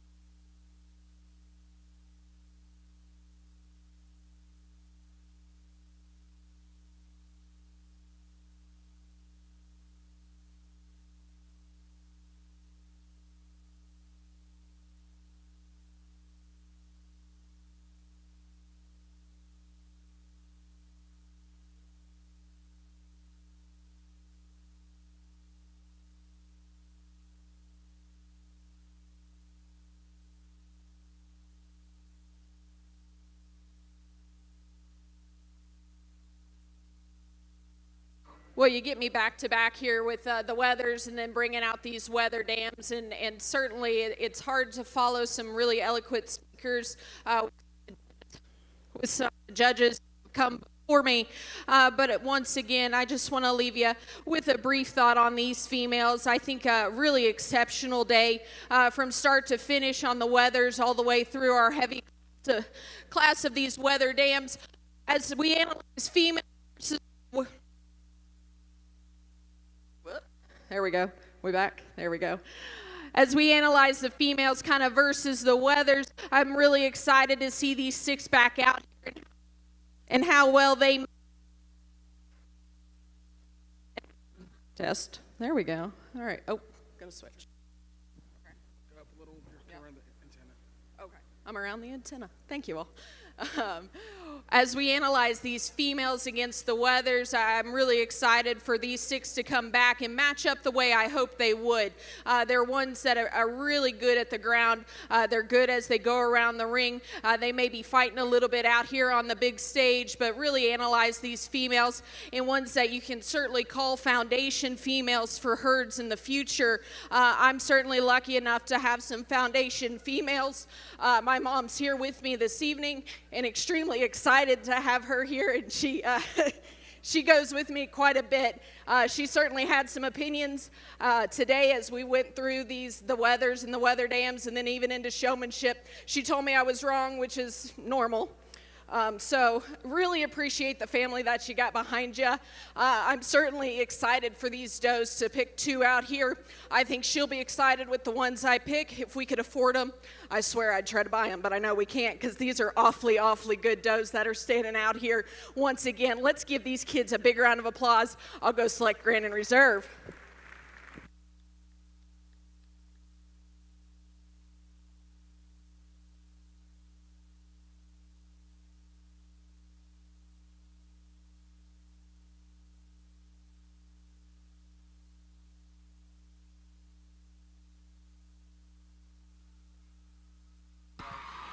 And your grand champion, Market Dam Weather, from your lightweight division, congratulations, Tanner Hollers, Monroe County. If we could get Styles Staunch to bring to the front row.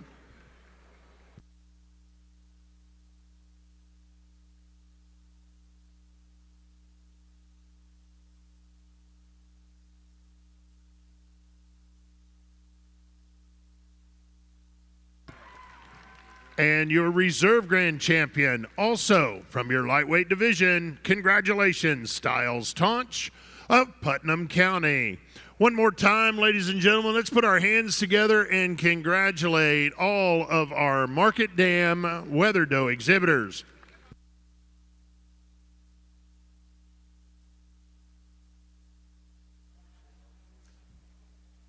That's right. Let's give it up one more time here in the Indiana Farmers Coliseum for all of our weather dam exhibitors. At this time, we focus your attention back down to the other end of the show arena as we bring in our fifth species of Sunday Night Live. We bring in our beef heifers.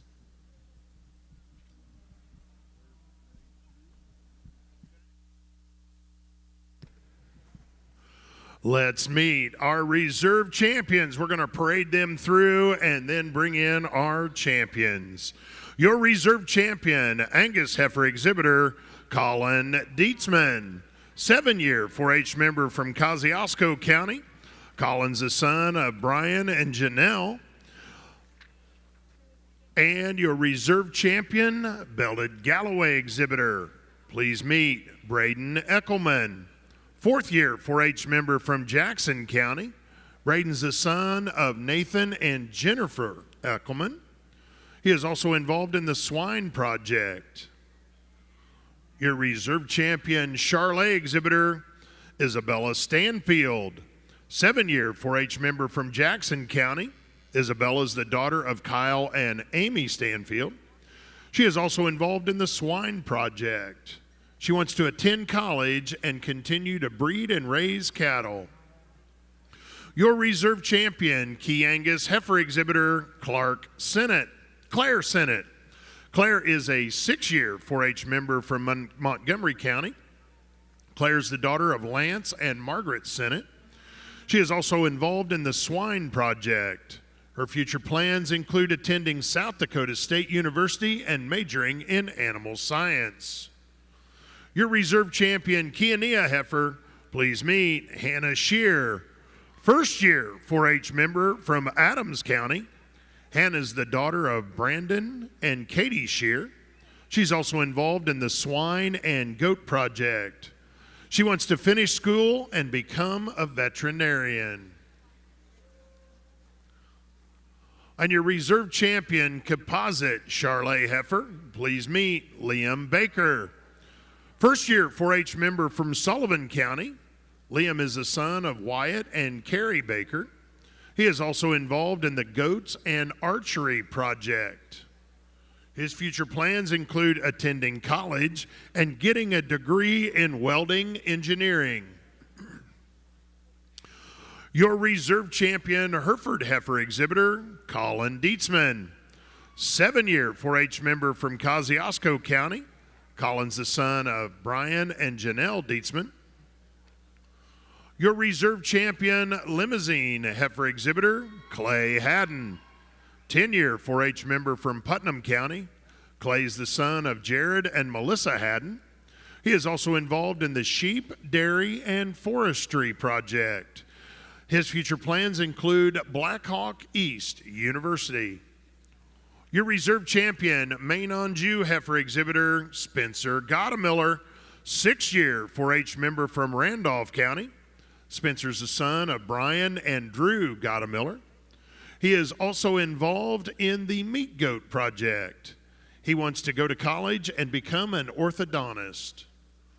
Your reserve champion, maintainer heifer exhibitor, Nathan Hayden. 10-year 4-H member from Jasper County. Nathan's the son of Mike and Nicole Hayden. He wants to go to college and go back to the family farm and help with missionary work through their church. Your reserve champion, Minnie Hereford heifer exhibitor, Garrett Floor. 4th-year 4-H member from Hendricks County. Garrett's the son of Chick and Jessica Floor. He is also involved in the Swine 4-H project, and he plans to join the Air Force. Your reserve champion, Red Angus heifer exhibitor, Logan Swartz. 2nd-year 4-H member from Clinton County. Logan is the son of Tanner and Andrea Swartz. He is also involved in the Farm Scene and Lego 4-H project. He wants to raise cows and farm. Your reserve champion, Red Pole heifer exhibitor, Andrew Lacey. 1st-year 4-H member from Shelby County. Andrew's the son of Leanne Lacey and Larry Lacey. He wants to become a farmer and a firefighter. Your reserve champion, Shorthorn heifer exhibitor, Drake Johnson, second-year 4-H member from Whitley County. Drake is the son of Jeremiah and Chikoka Johnson. He is also involved in Beef and Swine Project. His future plans include the Army and being a large animal veterinarian. Your reserve champion, Shorthorn Plus heifer exhibitor, Colton Anderson, 10-year 4-H member from Newton County. Colton's the son of Anthony and Nicole Anderson. He is also involved in shooting sports. His future plans include farming and raising, having my own cow herd. Your reserve champion, Simmental heifer exhibitor, Whitney Swam, 5-year 4-H member from Park County. Whitney's the daughter of Jeremy and Lori. She is also involved in the Swine and Goat Project. She wants to attend Oklahoma State University and study to be a vet. Your reserve champion, Sim Solution heifer exhibitor, Mercedes Faree, 6-year 4-H member from Sullivan County. Mercedes is the daughter of Mitch and Amber Faree. She is also involved in the Goats and Crop Project. Her future plans include Purdue to study ag finance. And your reserve champion, commercial heifer exhibitor, Aubrey Neal, 9-year 4-H member from Ripley County. Aubrey's the daughter of Travis and Tanya Neal. She is also involved in the Goat Project, and she wants to become a nurse. Now, your champions.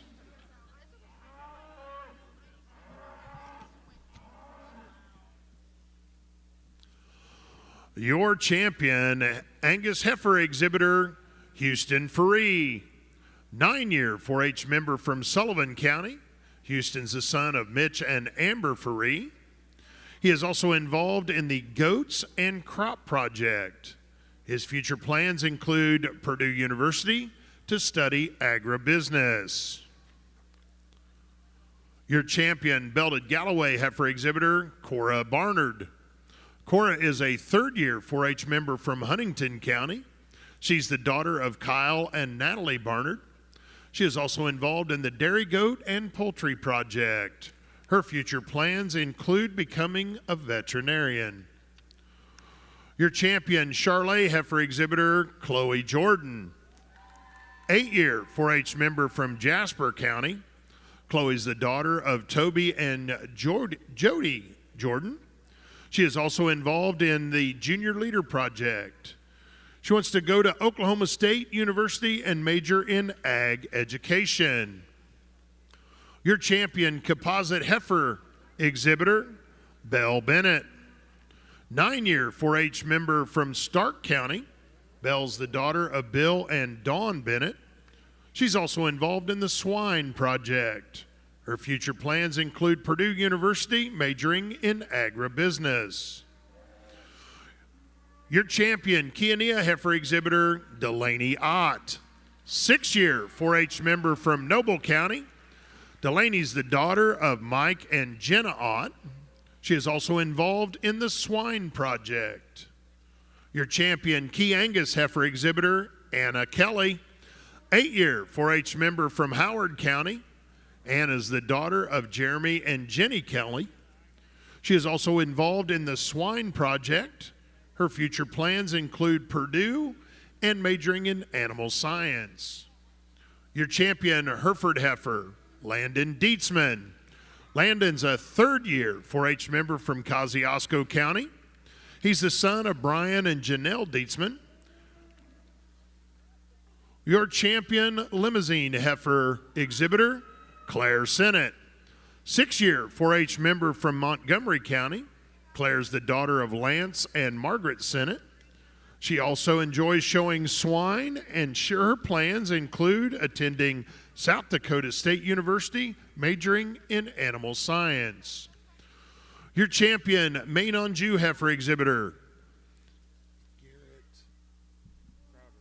Garrett Crowder, 10-year 4-H member from Fountain County.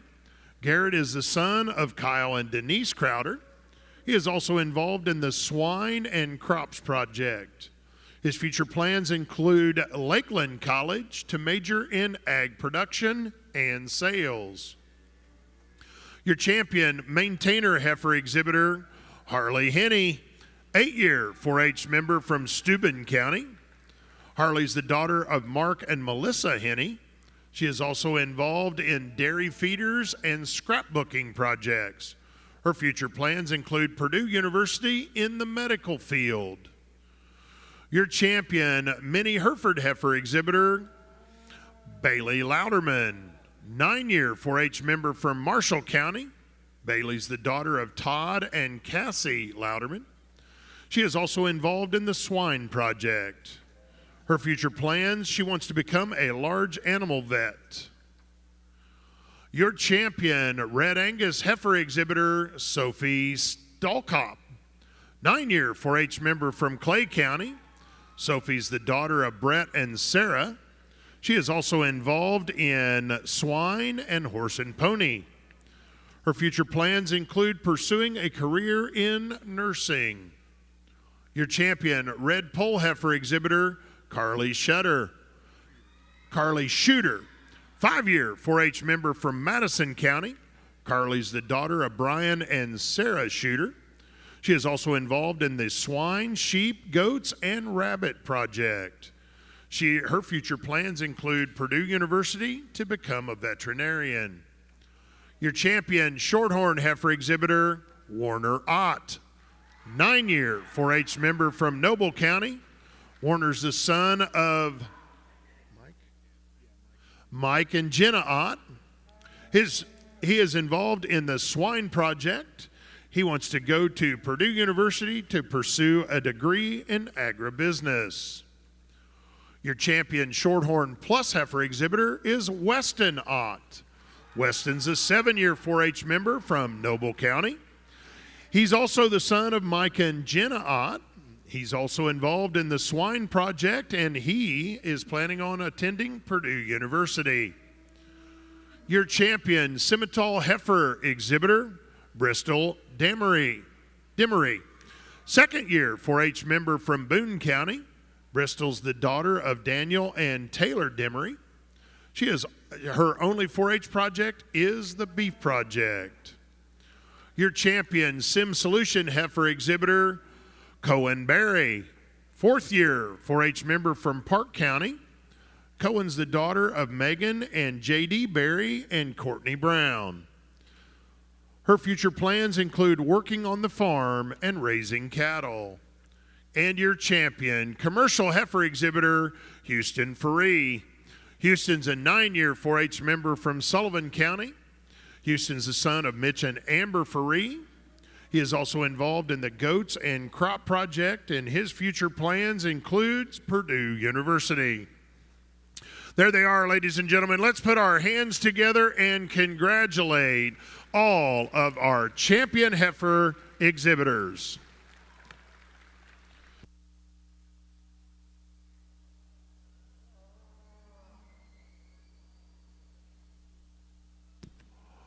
We'd like to take this opportunity and introduce our heifer judges. Our first judge, please meet Chad Holcamp. Chad's the owner-operator of Holcamp Cattle Company from West Point, Iowa. Chad and his wife Kim began Holcamp Cattle Company as a first-generation operation in 1988. They started with 4 cows. Holcamp Cattle Company now consists of a full-time cattle operation. Champions have originated from HCC at the national and state levels. Cattle are marketed through multiple sales throughout the year. Their emphasis is on purebred cattle as well as club calf production. Chad has judged numerous livestock shows throughout, including the events such as the North American, American Royal, Fort Worth Stock Show, National Western, Cattlemen's Congress, and has owned heifers in the National Junior Angus Show. Chad earned his animal science degree from Oklahoma State University and his associate's degree from Blackhawk East College in Illinois. Your other heifer judge, Jake Scott. Jake is from Gordon, Nebraska. where he works with his wife Cammie and their daughters Peyton and Harper on their family ranch, Krebs Ranch. Krebs Ranch raises registered Angus cattle and markets 400 bulls annually to customers in the Sand Hills of Nebraska and across the nation. He judged at Connors State University and Oklahoma State. Ladies and gentlemen, let's put our hands together, give a warm Hoosier welcome to Mr. Jake Scott and Chad Holcamp.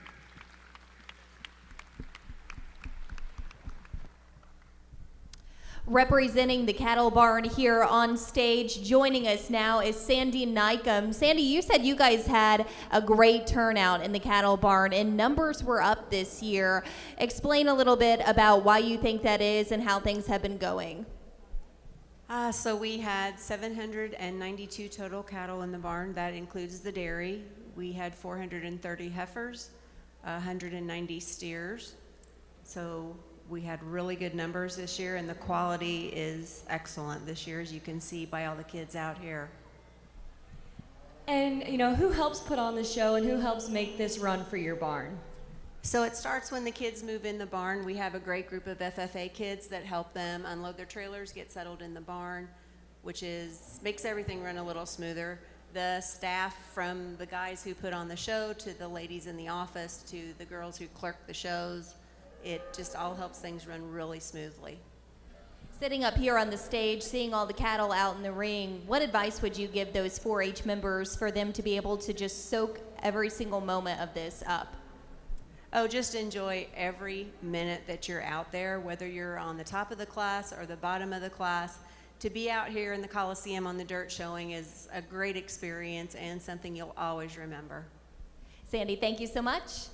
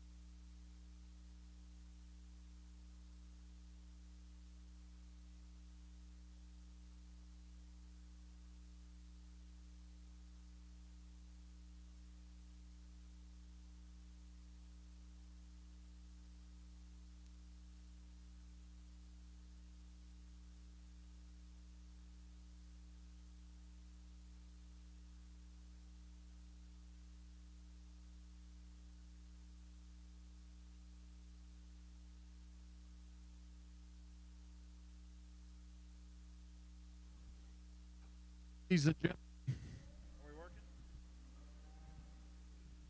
is this working now? There we go. Thank you. Ladies and gentlemen, my name's Jake Scott, and the first thing I want to say is how completely humbled and honored I am to be a part of an event like this. Let me start by saying that you folks here at the Indiana State Fair certainly know how to put the grand in a grand drive.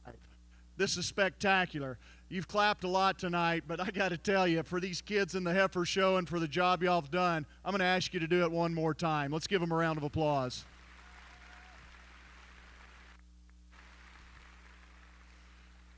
I'm going to make a couple of statements, and the first one is more of an observation. You know, I've said it over here at the ringside, and I've watched all the species, and I know we've got one more to do. I've kind of noticed one thing about us men and women who judge these shows. If you put a microphone in our hand, we'll kind of take advantage of it, won't we? I'm going to try and not abuse that privilege tonight. Not that anyone has, but y'all have sat in here for a long time, and we've got some champions to pick. The second thing that I want to say is that, you know, I know it's the goal of every kid at this fair to make it to this spectacular grand drive that you folks are hosting tonight. Good for you. That's the way it should be. By my count, there's about 16 kids who are lucky enough to make it in here. That's you kids. If you're lucky enough to do that, congratulations. You've got a banner, you got a ribbon, you've got a backdrop picture, and you probably got a little money to put in your pocket. That's awesome. We're happy for you. We're happy to be a little part of making that happen.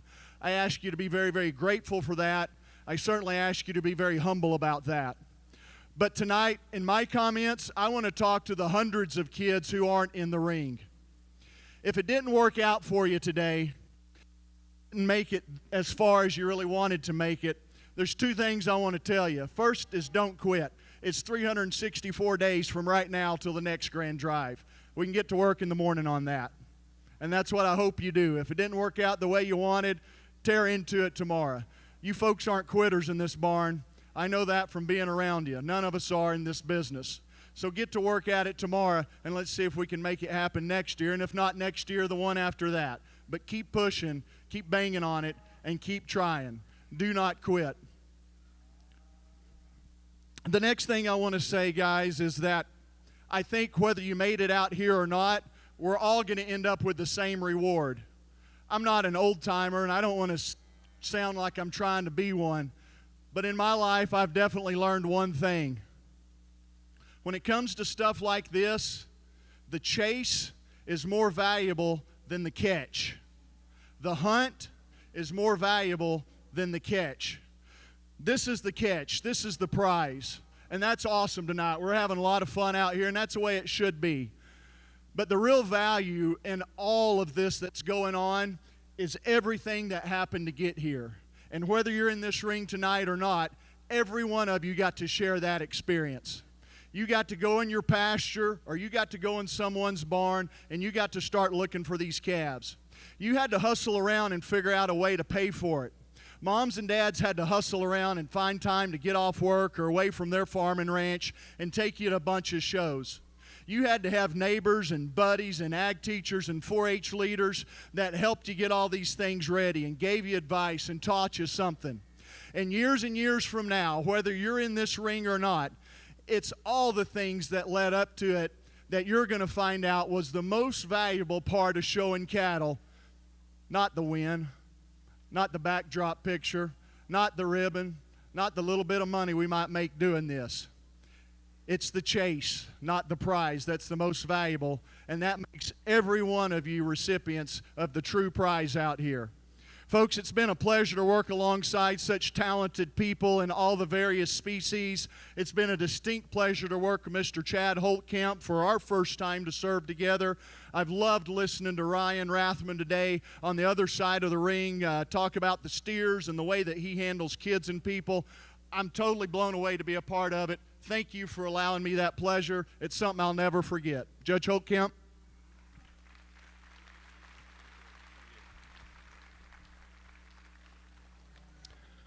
Jake did a very good job there, and I do appreciate that, having the chance to work with him and be like-minded like we do. But, start off, I'm very humbled to have the chance to come out here, and I appreciate the state of Indiana and your passion that you share for your youth and young people. some young folks, I'm going to tell you something you may not believe, but it really did happen. But I lived long enough to realize before the internet and before cell phones, my first experience to learn about the passion of Indiana, when you didn't get to watch this online, you didn't get to do it. I had a roommate when I went to Black Hawk East my first year, just paired up with him. The first day I met him was at school. Jeff Cornell, he's in the goat business, so we're not in the cattle business. But I went there and I talked to, when we talked to him and trying to get to know him, he had just come back from the Indiana State Fair, and he talked with so much passion of how much effort, how much heart and soul you folks put into it. I said, that is something neat. I've always paid attention and watched what you do here and how you've taken this into the next level. You folks are passionate. I just appreciate that chance to be part of that and to share that with you. Our greatest natural resource in the whole United States is our young people. And you've heard that a lot of different ways. And I'm talking about the cattle folks, not different species. I looked up a stat the other day. Do you realize there's 1 million cattle producers in the United States? That's a lot. There's 340 million people in the United States population. That is less than 0.5% actually raise cattle in the United States. You know how valuable these folks in this area, the whole country, are to our industry? Well, Jake talked about it so well that we need every one of them, and we sincerely do. We do need every one of them. And even in that industry, and I talked about there, and I don't know if I get in trouble at saying that, but I am proud to be from a small town. When you talked about that, we take care of our own. Same as this industry, we take care of our own. We teach kids to have respect, to respect others, and do it. We're trying to pass on a lifestyle of what we're doing, and I think it's the greatest way to do it. You ought to just be utterly impressed with the quality here. So I'll go on. You give these kids a nice round of applause. This is an outstanding show you should be very, very proud of.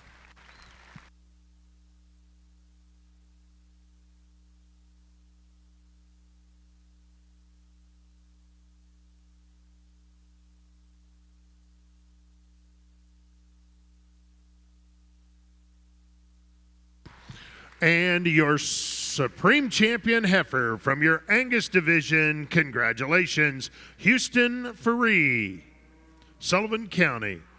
We need Colin Dietzman. Colin Dietzman, bring in your Angus heifer, please.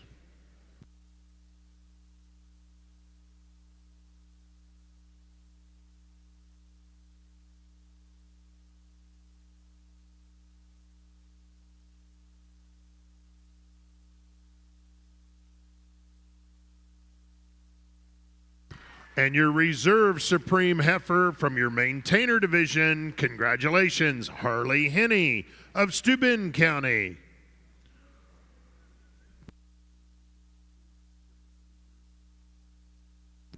We need Nathan Hayden. If you could bring in your reserve, please. Nathan Hayden.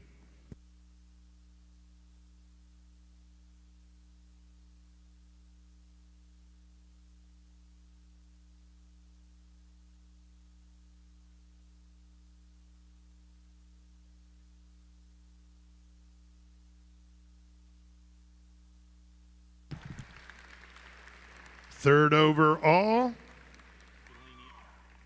Delaney Ott from your Kiania division, Noble County. If we could get Hannah Shear. If we could get Hannah Shear to bring in your reserve key heifer.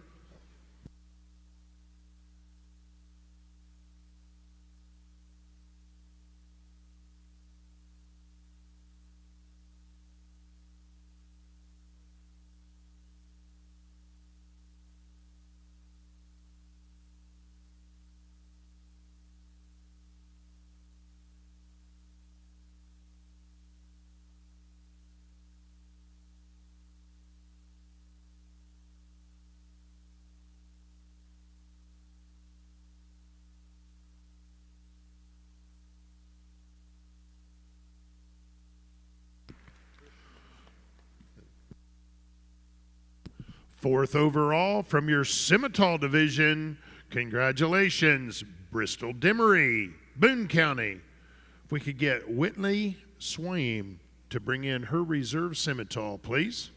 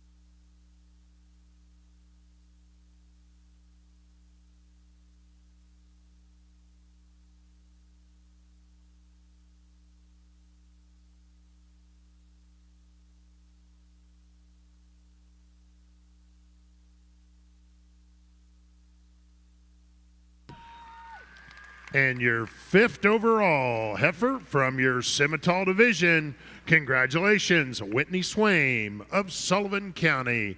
One more time, ladies and gentlemen, let's congratulate all of our beef heifer exhibitors.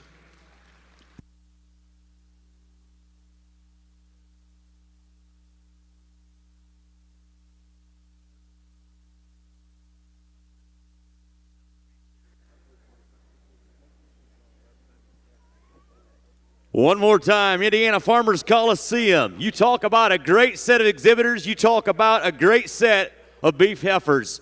Go ahead and make some noise for them all right now as we bring in our final species to bring in our market beef. It is the greatest show on dirt, and I'll tell you what, out of 6 species, you talk about a great bunch of livestock and a great bunch of exhibitors.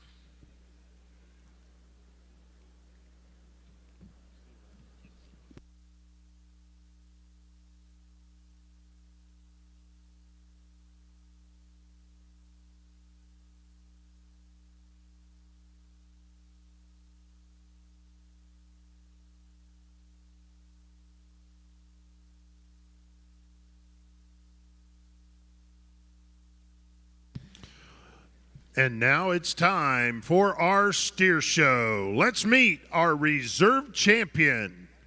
Our reserve champion, Angus steer. Please meet Jack Stillwell. 9-year 4-H member from Clinton County. Jack's the son of Joey and Janice Stillwell. He is also involved in the Swine 4-H project. His future plans include attending college to study agronomy. Your reserve champion, belted Galloway steer exhibitor, Charlotte Allball. 8-year 4-H member from DeKalb County. Charlotte's the daughter of Richard and Courtney Allball. She is also involved in the Swine and Poultry project. Her future plans include starting a belted Galloway herd and going on a mission trip. Your reserve champion, Charlotte steer exhibitor, Rob Rogers. 10-year 4-H member from Noble County. Rob is the son of Richard and Renee Rogers. He is also involved in the Swine and Livestock Judging project. His future plans include Black Hawk East on a livestock judging scholarship and then on to a 4-year university to earn a degree in animal science. Your reserve champion Kiania steer exhibitor, Anna Sycophus. 9-year 4-H member from Whitney County. Anna is the daughter of Corey and Maudie Sycophus. She is also involved in the sheep and goat 4-H project. Her future plans include Purdue University for a career in agriculture. Your reserve champion Hereford steer exhibitor, Shaylee Goings. 10-year 4-H member from Cass County. Shaylee's the daughter of Nick and Rachel Goins. Her future plans include Ivy Tech Community College and to become an ultrasound tech. Your reserve champion limousine steer exhibitor, Bentley Ott. First-year 4-H member from Allen County. Bentley's the son of Ryan and Miranda Ott. His plans include college and to play basketball. Your reserve champion, Main on Juice steer exhibitor, Darla Neff. Second-year 4-H member from LaGrange County. Darla's the daughter of Chad and Angie Neff. She is also involved in the sheep and photography project. She wants to continue to raise cattle with her family and then become a photographer. Your reserve champion, mini Hereford steer exhibitor, Evie Mitchell. 7-year 4-H member from Boone County. Evie's the daughter of Lanny and Shawan Mitchell. She is also involved in the Swine and Meat Goat project. She wants to continue raising mini Herefords. Your reserve champion, Red Angus steer exhibitor, Ellie Schweitzer. 9-year 4-H member from Harrison County. Ellie's the daughter of Chad Schweitzer and Kara Cass. She is also involved in swine, sheep, and goats. She wants to pursue a degree in nursing. Your reserve champion, Shorthorn steer exhibitor, Addison Gilbert. 8-year 4-H member from Adams County. Addison's the daughter of Doug and Katrina Gilbert. She is also involved in the Swine and Photography project. She wants to go to Purdue and major in animal science. Your reserve champion, Shorthorn Steer Plus exhibitor, Matthew Blackburn. 10-year 4-H member from Whitley County. Matthew's the son of Chris and Megan. He is also involved in swine and goats. He's going to Black Hawk East on a judging scholarship. Your reserve champion, Simmental steer exhibitor, Bryce Bennett. 6-year 4-H member from Davies County. Bryce is the son of Jeremy and Amy Bennett. He is also involved in the Swine 4-H project. His future plans include finishing high school and attending a 4-year college. Your reserve champion, Slickshorn steer. Please meet Colton Stockman. 7-year 4-H member from White County. Colton's the son of Jason and Kim. His future plans include Ivy Tech and working on the farm. Your reserve champion market heifer exhibitor, Zoe Cold Iron. Zoe Cold Iron, 9-year 4-H member from Stark County. Zoe is the daughter of Clint and Kim Lurch.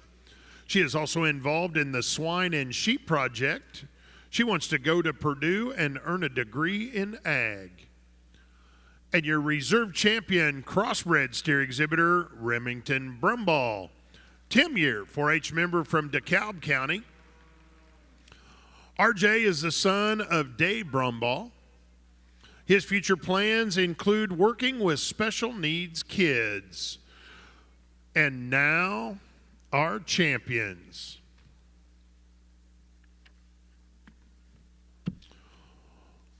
Your champion, Angus steer exhibitor, Weston Haig. First-year 4-H member from Marshall County. Weston's the son of Chad and Erica Haig. He is also involved in the Swine project. He wants to become a diesel mechanic and fix his own equipment. Your champion, Bellad Galloway steer exhibitor, Haley Hillhouse. Third-year 4-H member from Vigo County. Haley's the daughter of Jeremy and Rochelle Hillhouse. She is also involved with the livestock judging team. Her plans include Iowa State University next fall for genetic and embryo transfer in cattle. Your champion, Charlet steer exhibitor, Easton Kaiser. First-year 4-H member from Johnson County. Easton's the son of Justin and Sarah Kaiser. He is also involved in farm diorama and leather making. He really wants to be a Major League Baseball player. Your champion, Kiania steer exhibitor, Tyler Patterson, 6-year 4-H member from Monroe County. Tyler's the son of Matt and Christina Patterson. He is involved in the Swine project as well as beef, and his future plans include Purdue to study veterinarian medicine. Your champion Hereford steer exhibitor, Sage Lawrence, 10-year 4-H member from Noble County. Sage is the daughter of Scott and Suzanne Lawrence. She is also involved in the Horse and Pony project.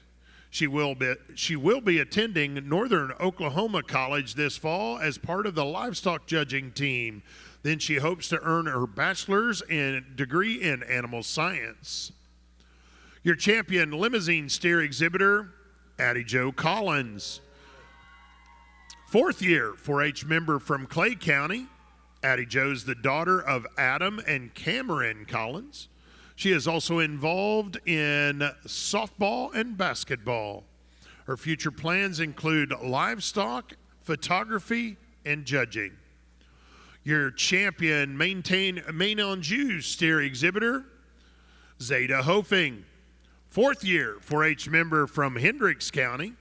Zeta is the daughter of Josh and Penny Hofing. She is also involved in the sheep project. Zeta wants to go to Michigan State University and major in vet science. Your champion mini Hereford steer exhibitor, Garrett Floor, 4th-year 4-H member from Hendricks County. Garrett is the son of Chick and Jessica Floor. He is also involved in the Swine project.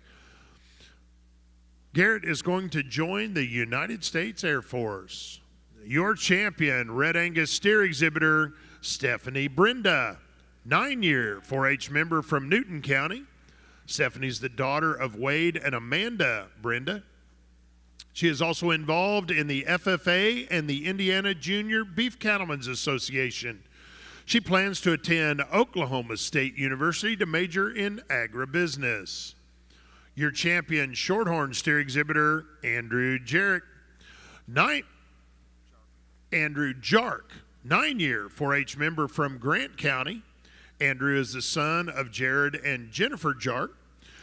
His future plans include college and making lots of money.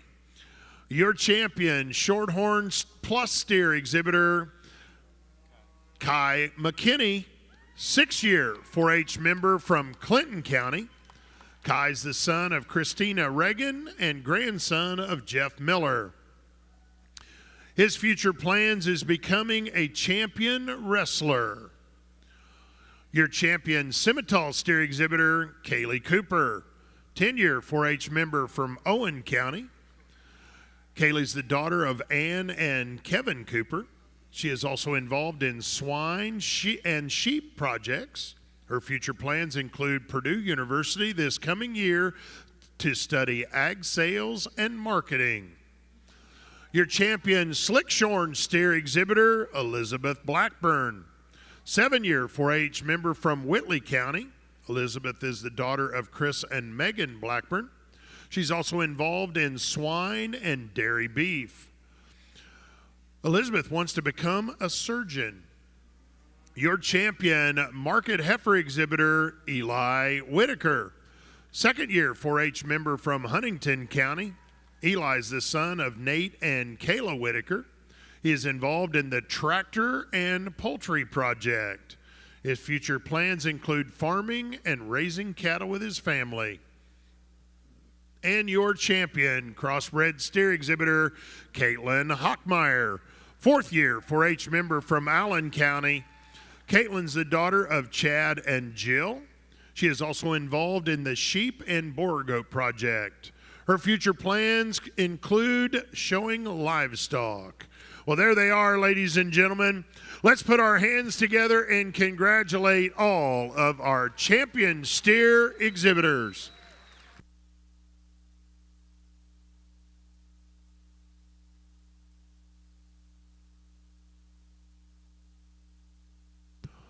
Let me take this opportunity and introduce our steer judge. Please meet Dr. Ryan Rathman. Dr. Rathman is Associate Professor and holder of the John and Doris Jones Professorship in the Department of Animal and Food Science at Texas Tech University.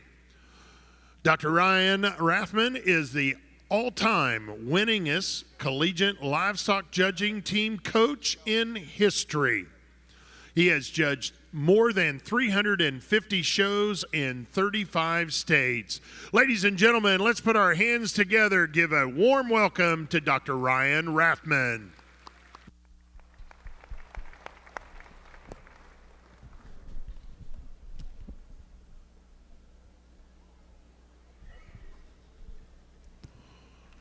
It is our honor to present the Tegan Brumball IBCA Memorial Scholarship winner on behalf of the Brumball family. Tegan was a 2014 Cherubusco High School graduate and a 10-year 4-H member who passed away in a farming accident in June of 2016. He was an energetic, kind, funny, and hardworking young man who beloved his family and numerous friends. Tegan showed livestock at county, state, and national levels and was a junior leader for 6 years. He held several club officer positions over the years. His greatest 4-H achievement was winning the Grand Champion Market Steer at the 2013 Indiana State Fair. Tegan also ran track, excelled in football, and was a member of the Sugar Grove Church of God. He attended Ivy Tech University and received an associate's degree in applied science and agriculture. This scholarship is made possible by the IBCA and the Brumball family and would like to give a heartfelt thank you for their generous donation. This is a $1,000 scholarship awarded to a high school senior or current college student who has an active 4-H member and showed beef cattle. The Brumball family evaluates each applicant's transcript, a letter of recommendation, and a list of questions asking them to describe their background, who has inspired them most in life, and how they hope to make a difference in the lives of others. This year's recipient of the Tegan Brumball IBCA Memorial Scholarship Award is Hunter Royer. Hunter can't be here tonight as he is back at Oklahoma State. His sister Sophie is here tonight to accept the scholarship on his behalf.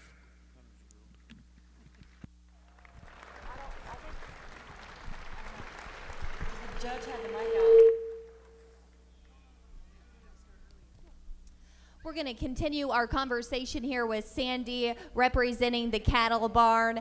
I will make this quick as our judge is making his decision in the ring. As the show wraps up, though, just a reminder, there's no better feeling than being in the arena tonight, showing here on this dirt in the Coliseum. Sandy, what changes did you guys make this year in the cattle barn? So the biggest change, I guess, would be adding the Belted Galloway to the Grand Drive.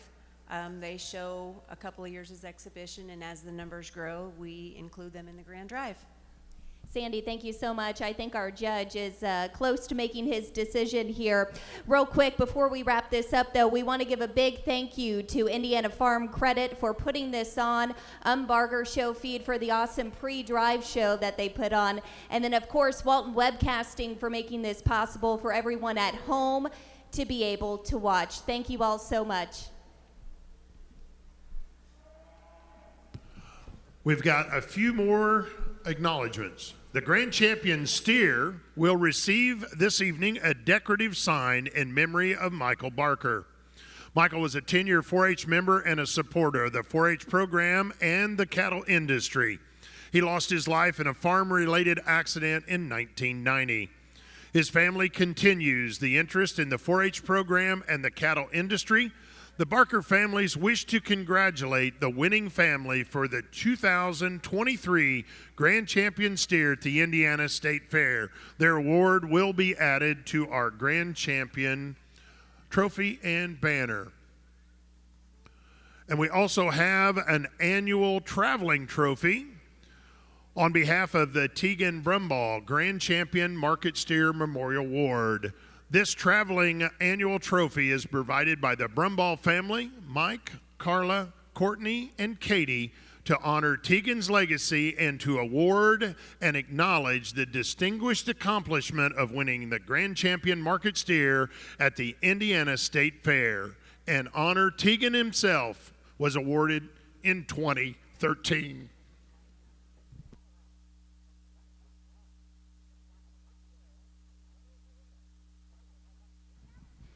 All right, I got the thumbs up, so we're ready to close shop here. I'm no Mariano Rivera, but we're going to keep this sermon short and sweet. I was raised in a little Catholic church where the priest would, Mass would take about 30 minutes, and everybody just loved that guy. We had him for years, and so we're going to keep this short and sweet. I always love hearing those kiddos come in the arena, and you get them to write down on paper so we can vocalize it what their ambitions are, right? So I got to tell y'all just a quick story that I just enjoy the kids. That's why I like going to these shows and working with these kiddos. They say the darndest things. So, of course, everybody comes in, and, of course, like y'all heard tonight, Easton wants to be a Major League Baseball player. I hope you get there one day.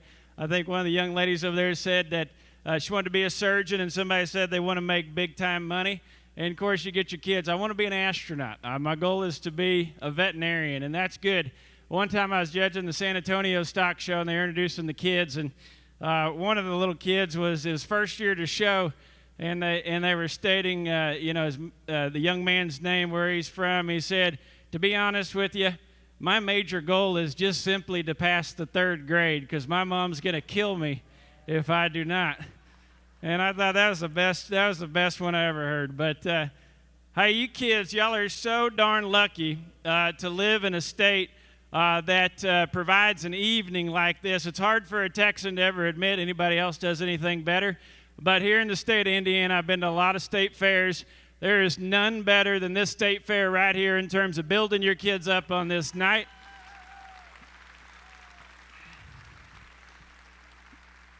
It's a special evening, and y'all need to know that. We want to reward y'all for y'all's hard work.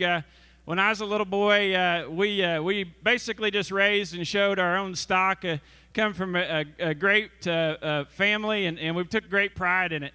For us, the big stock show was the Houston Livestock Show and Rodeo, and that was a big deal because if you got to a breed champion in the steer show, then we got to go to the rodeo. We got to go over to the Astrodome. This is the 8th wonder of the world, folks. I'm telling you what.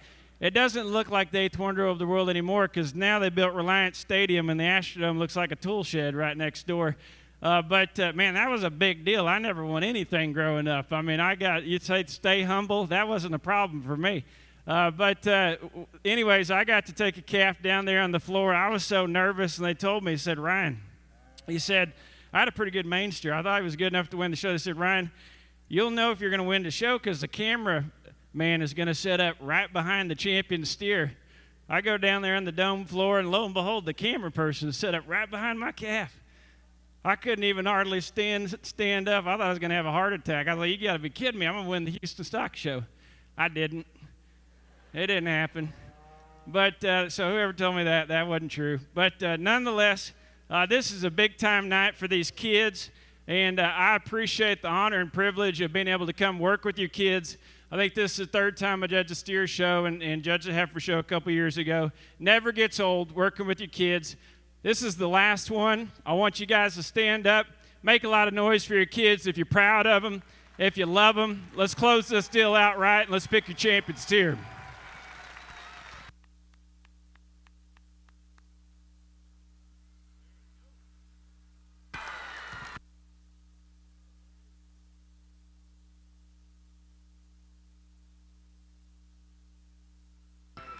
And your grand champion steer at your Indiana State Fair from your Kiania division. Congratulations, Tyler Peterson, Monroe County.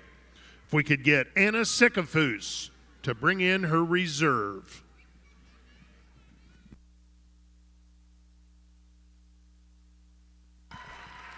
And your reserve grand champion steer from your crossbred division, congratulations, Caitlin Hockelmeyer, Allen County. If we could get Remington Brumball, to bring in your reserve.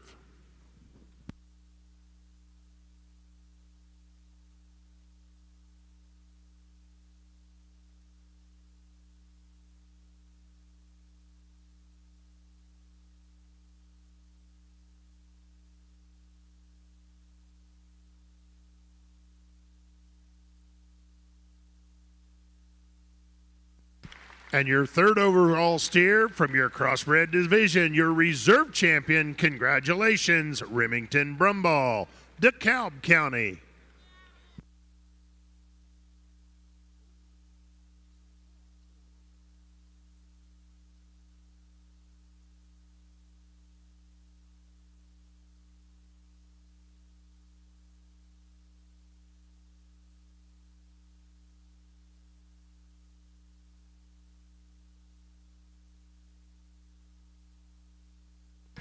Your fourth overall, your reserve Kiania steer, congratulations, Anna Sycophus of Cass County, Whitley County.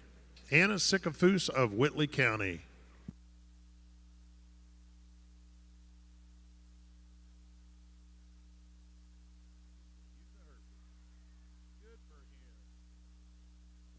And your fifth overall market steer from your Hereford division, congratulations, Sage Lawrence of Noble County.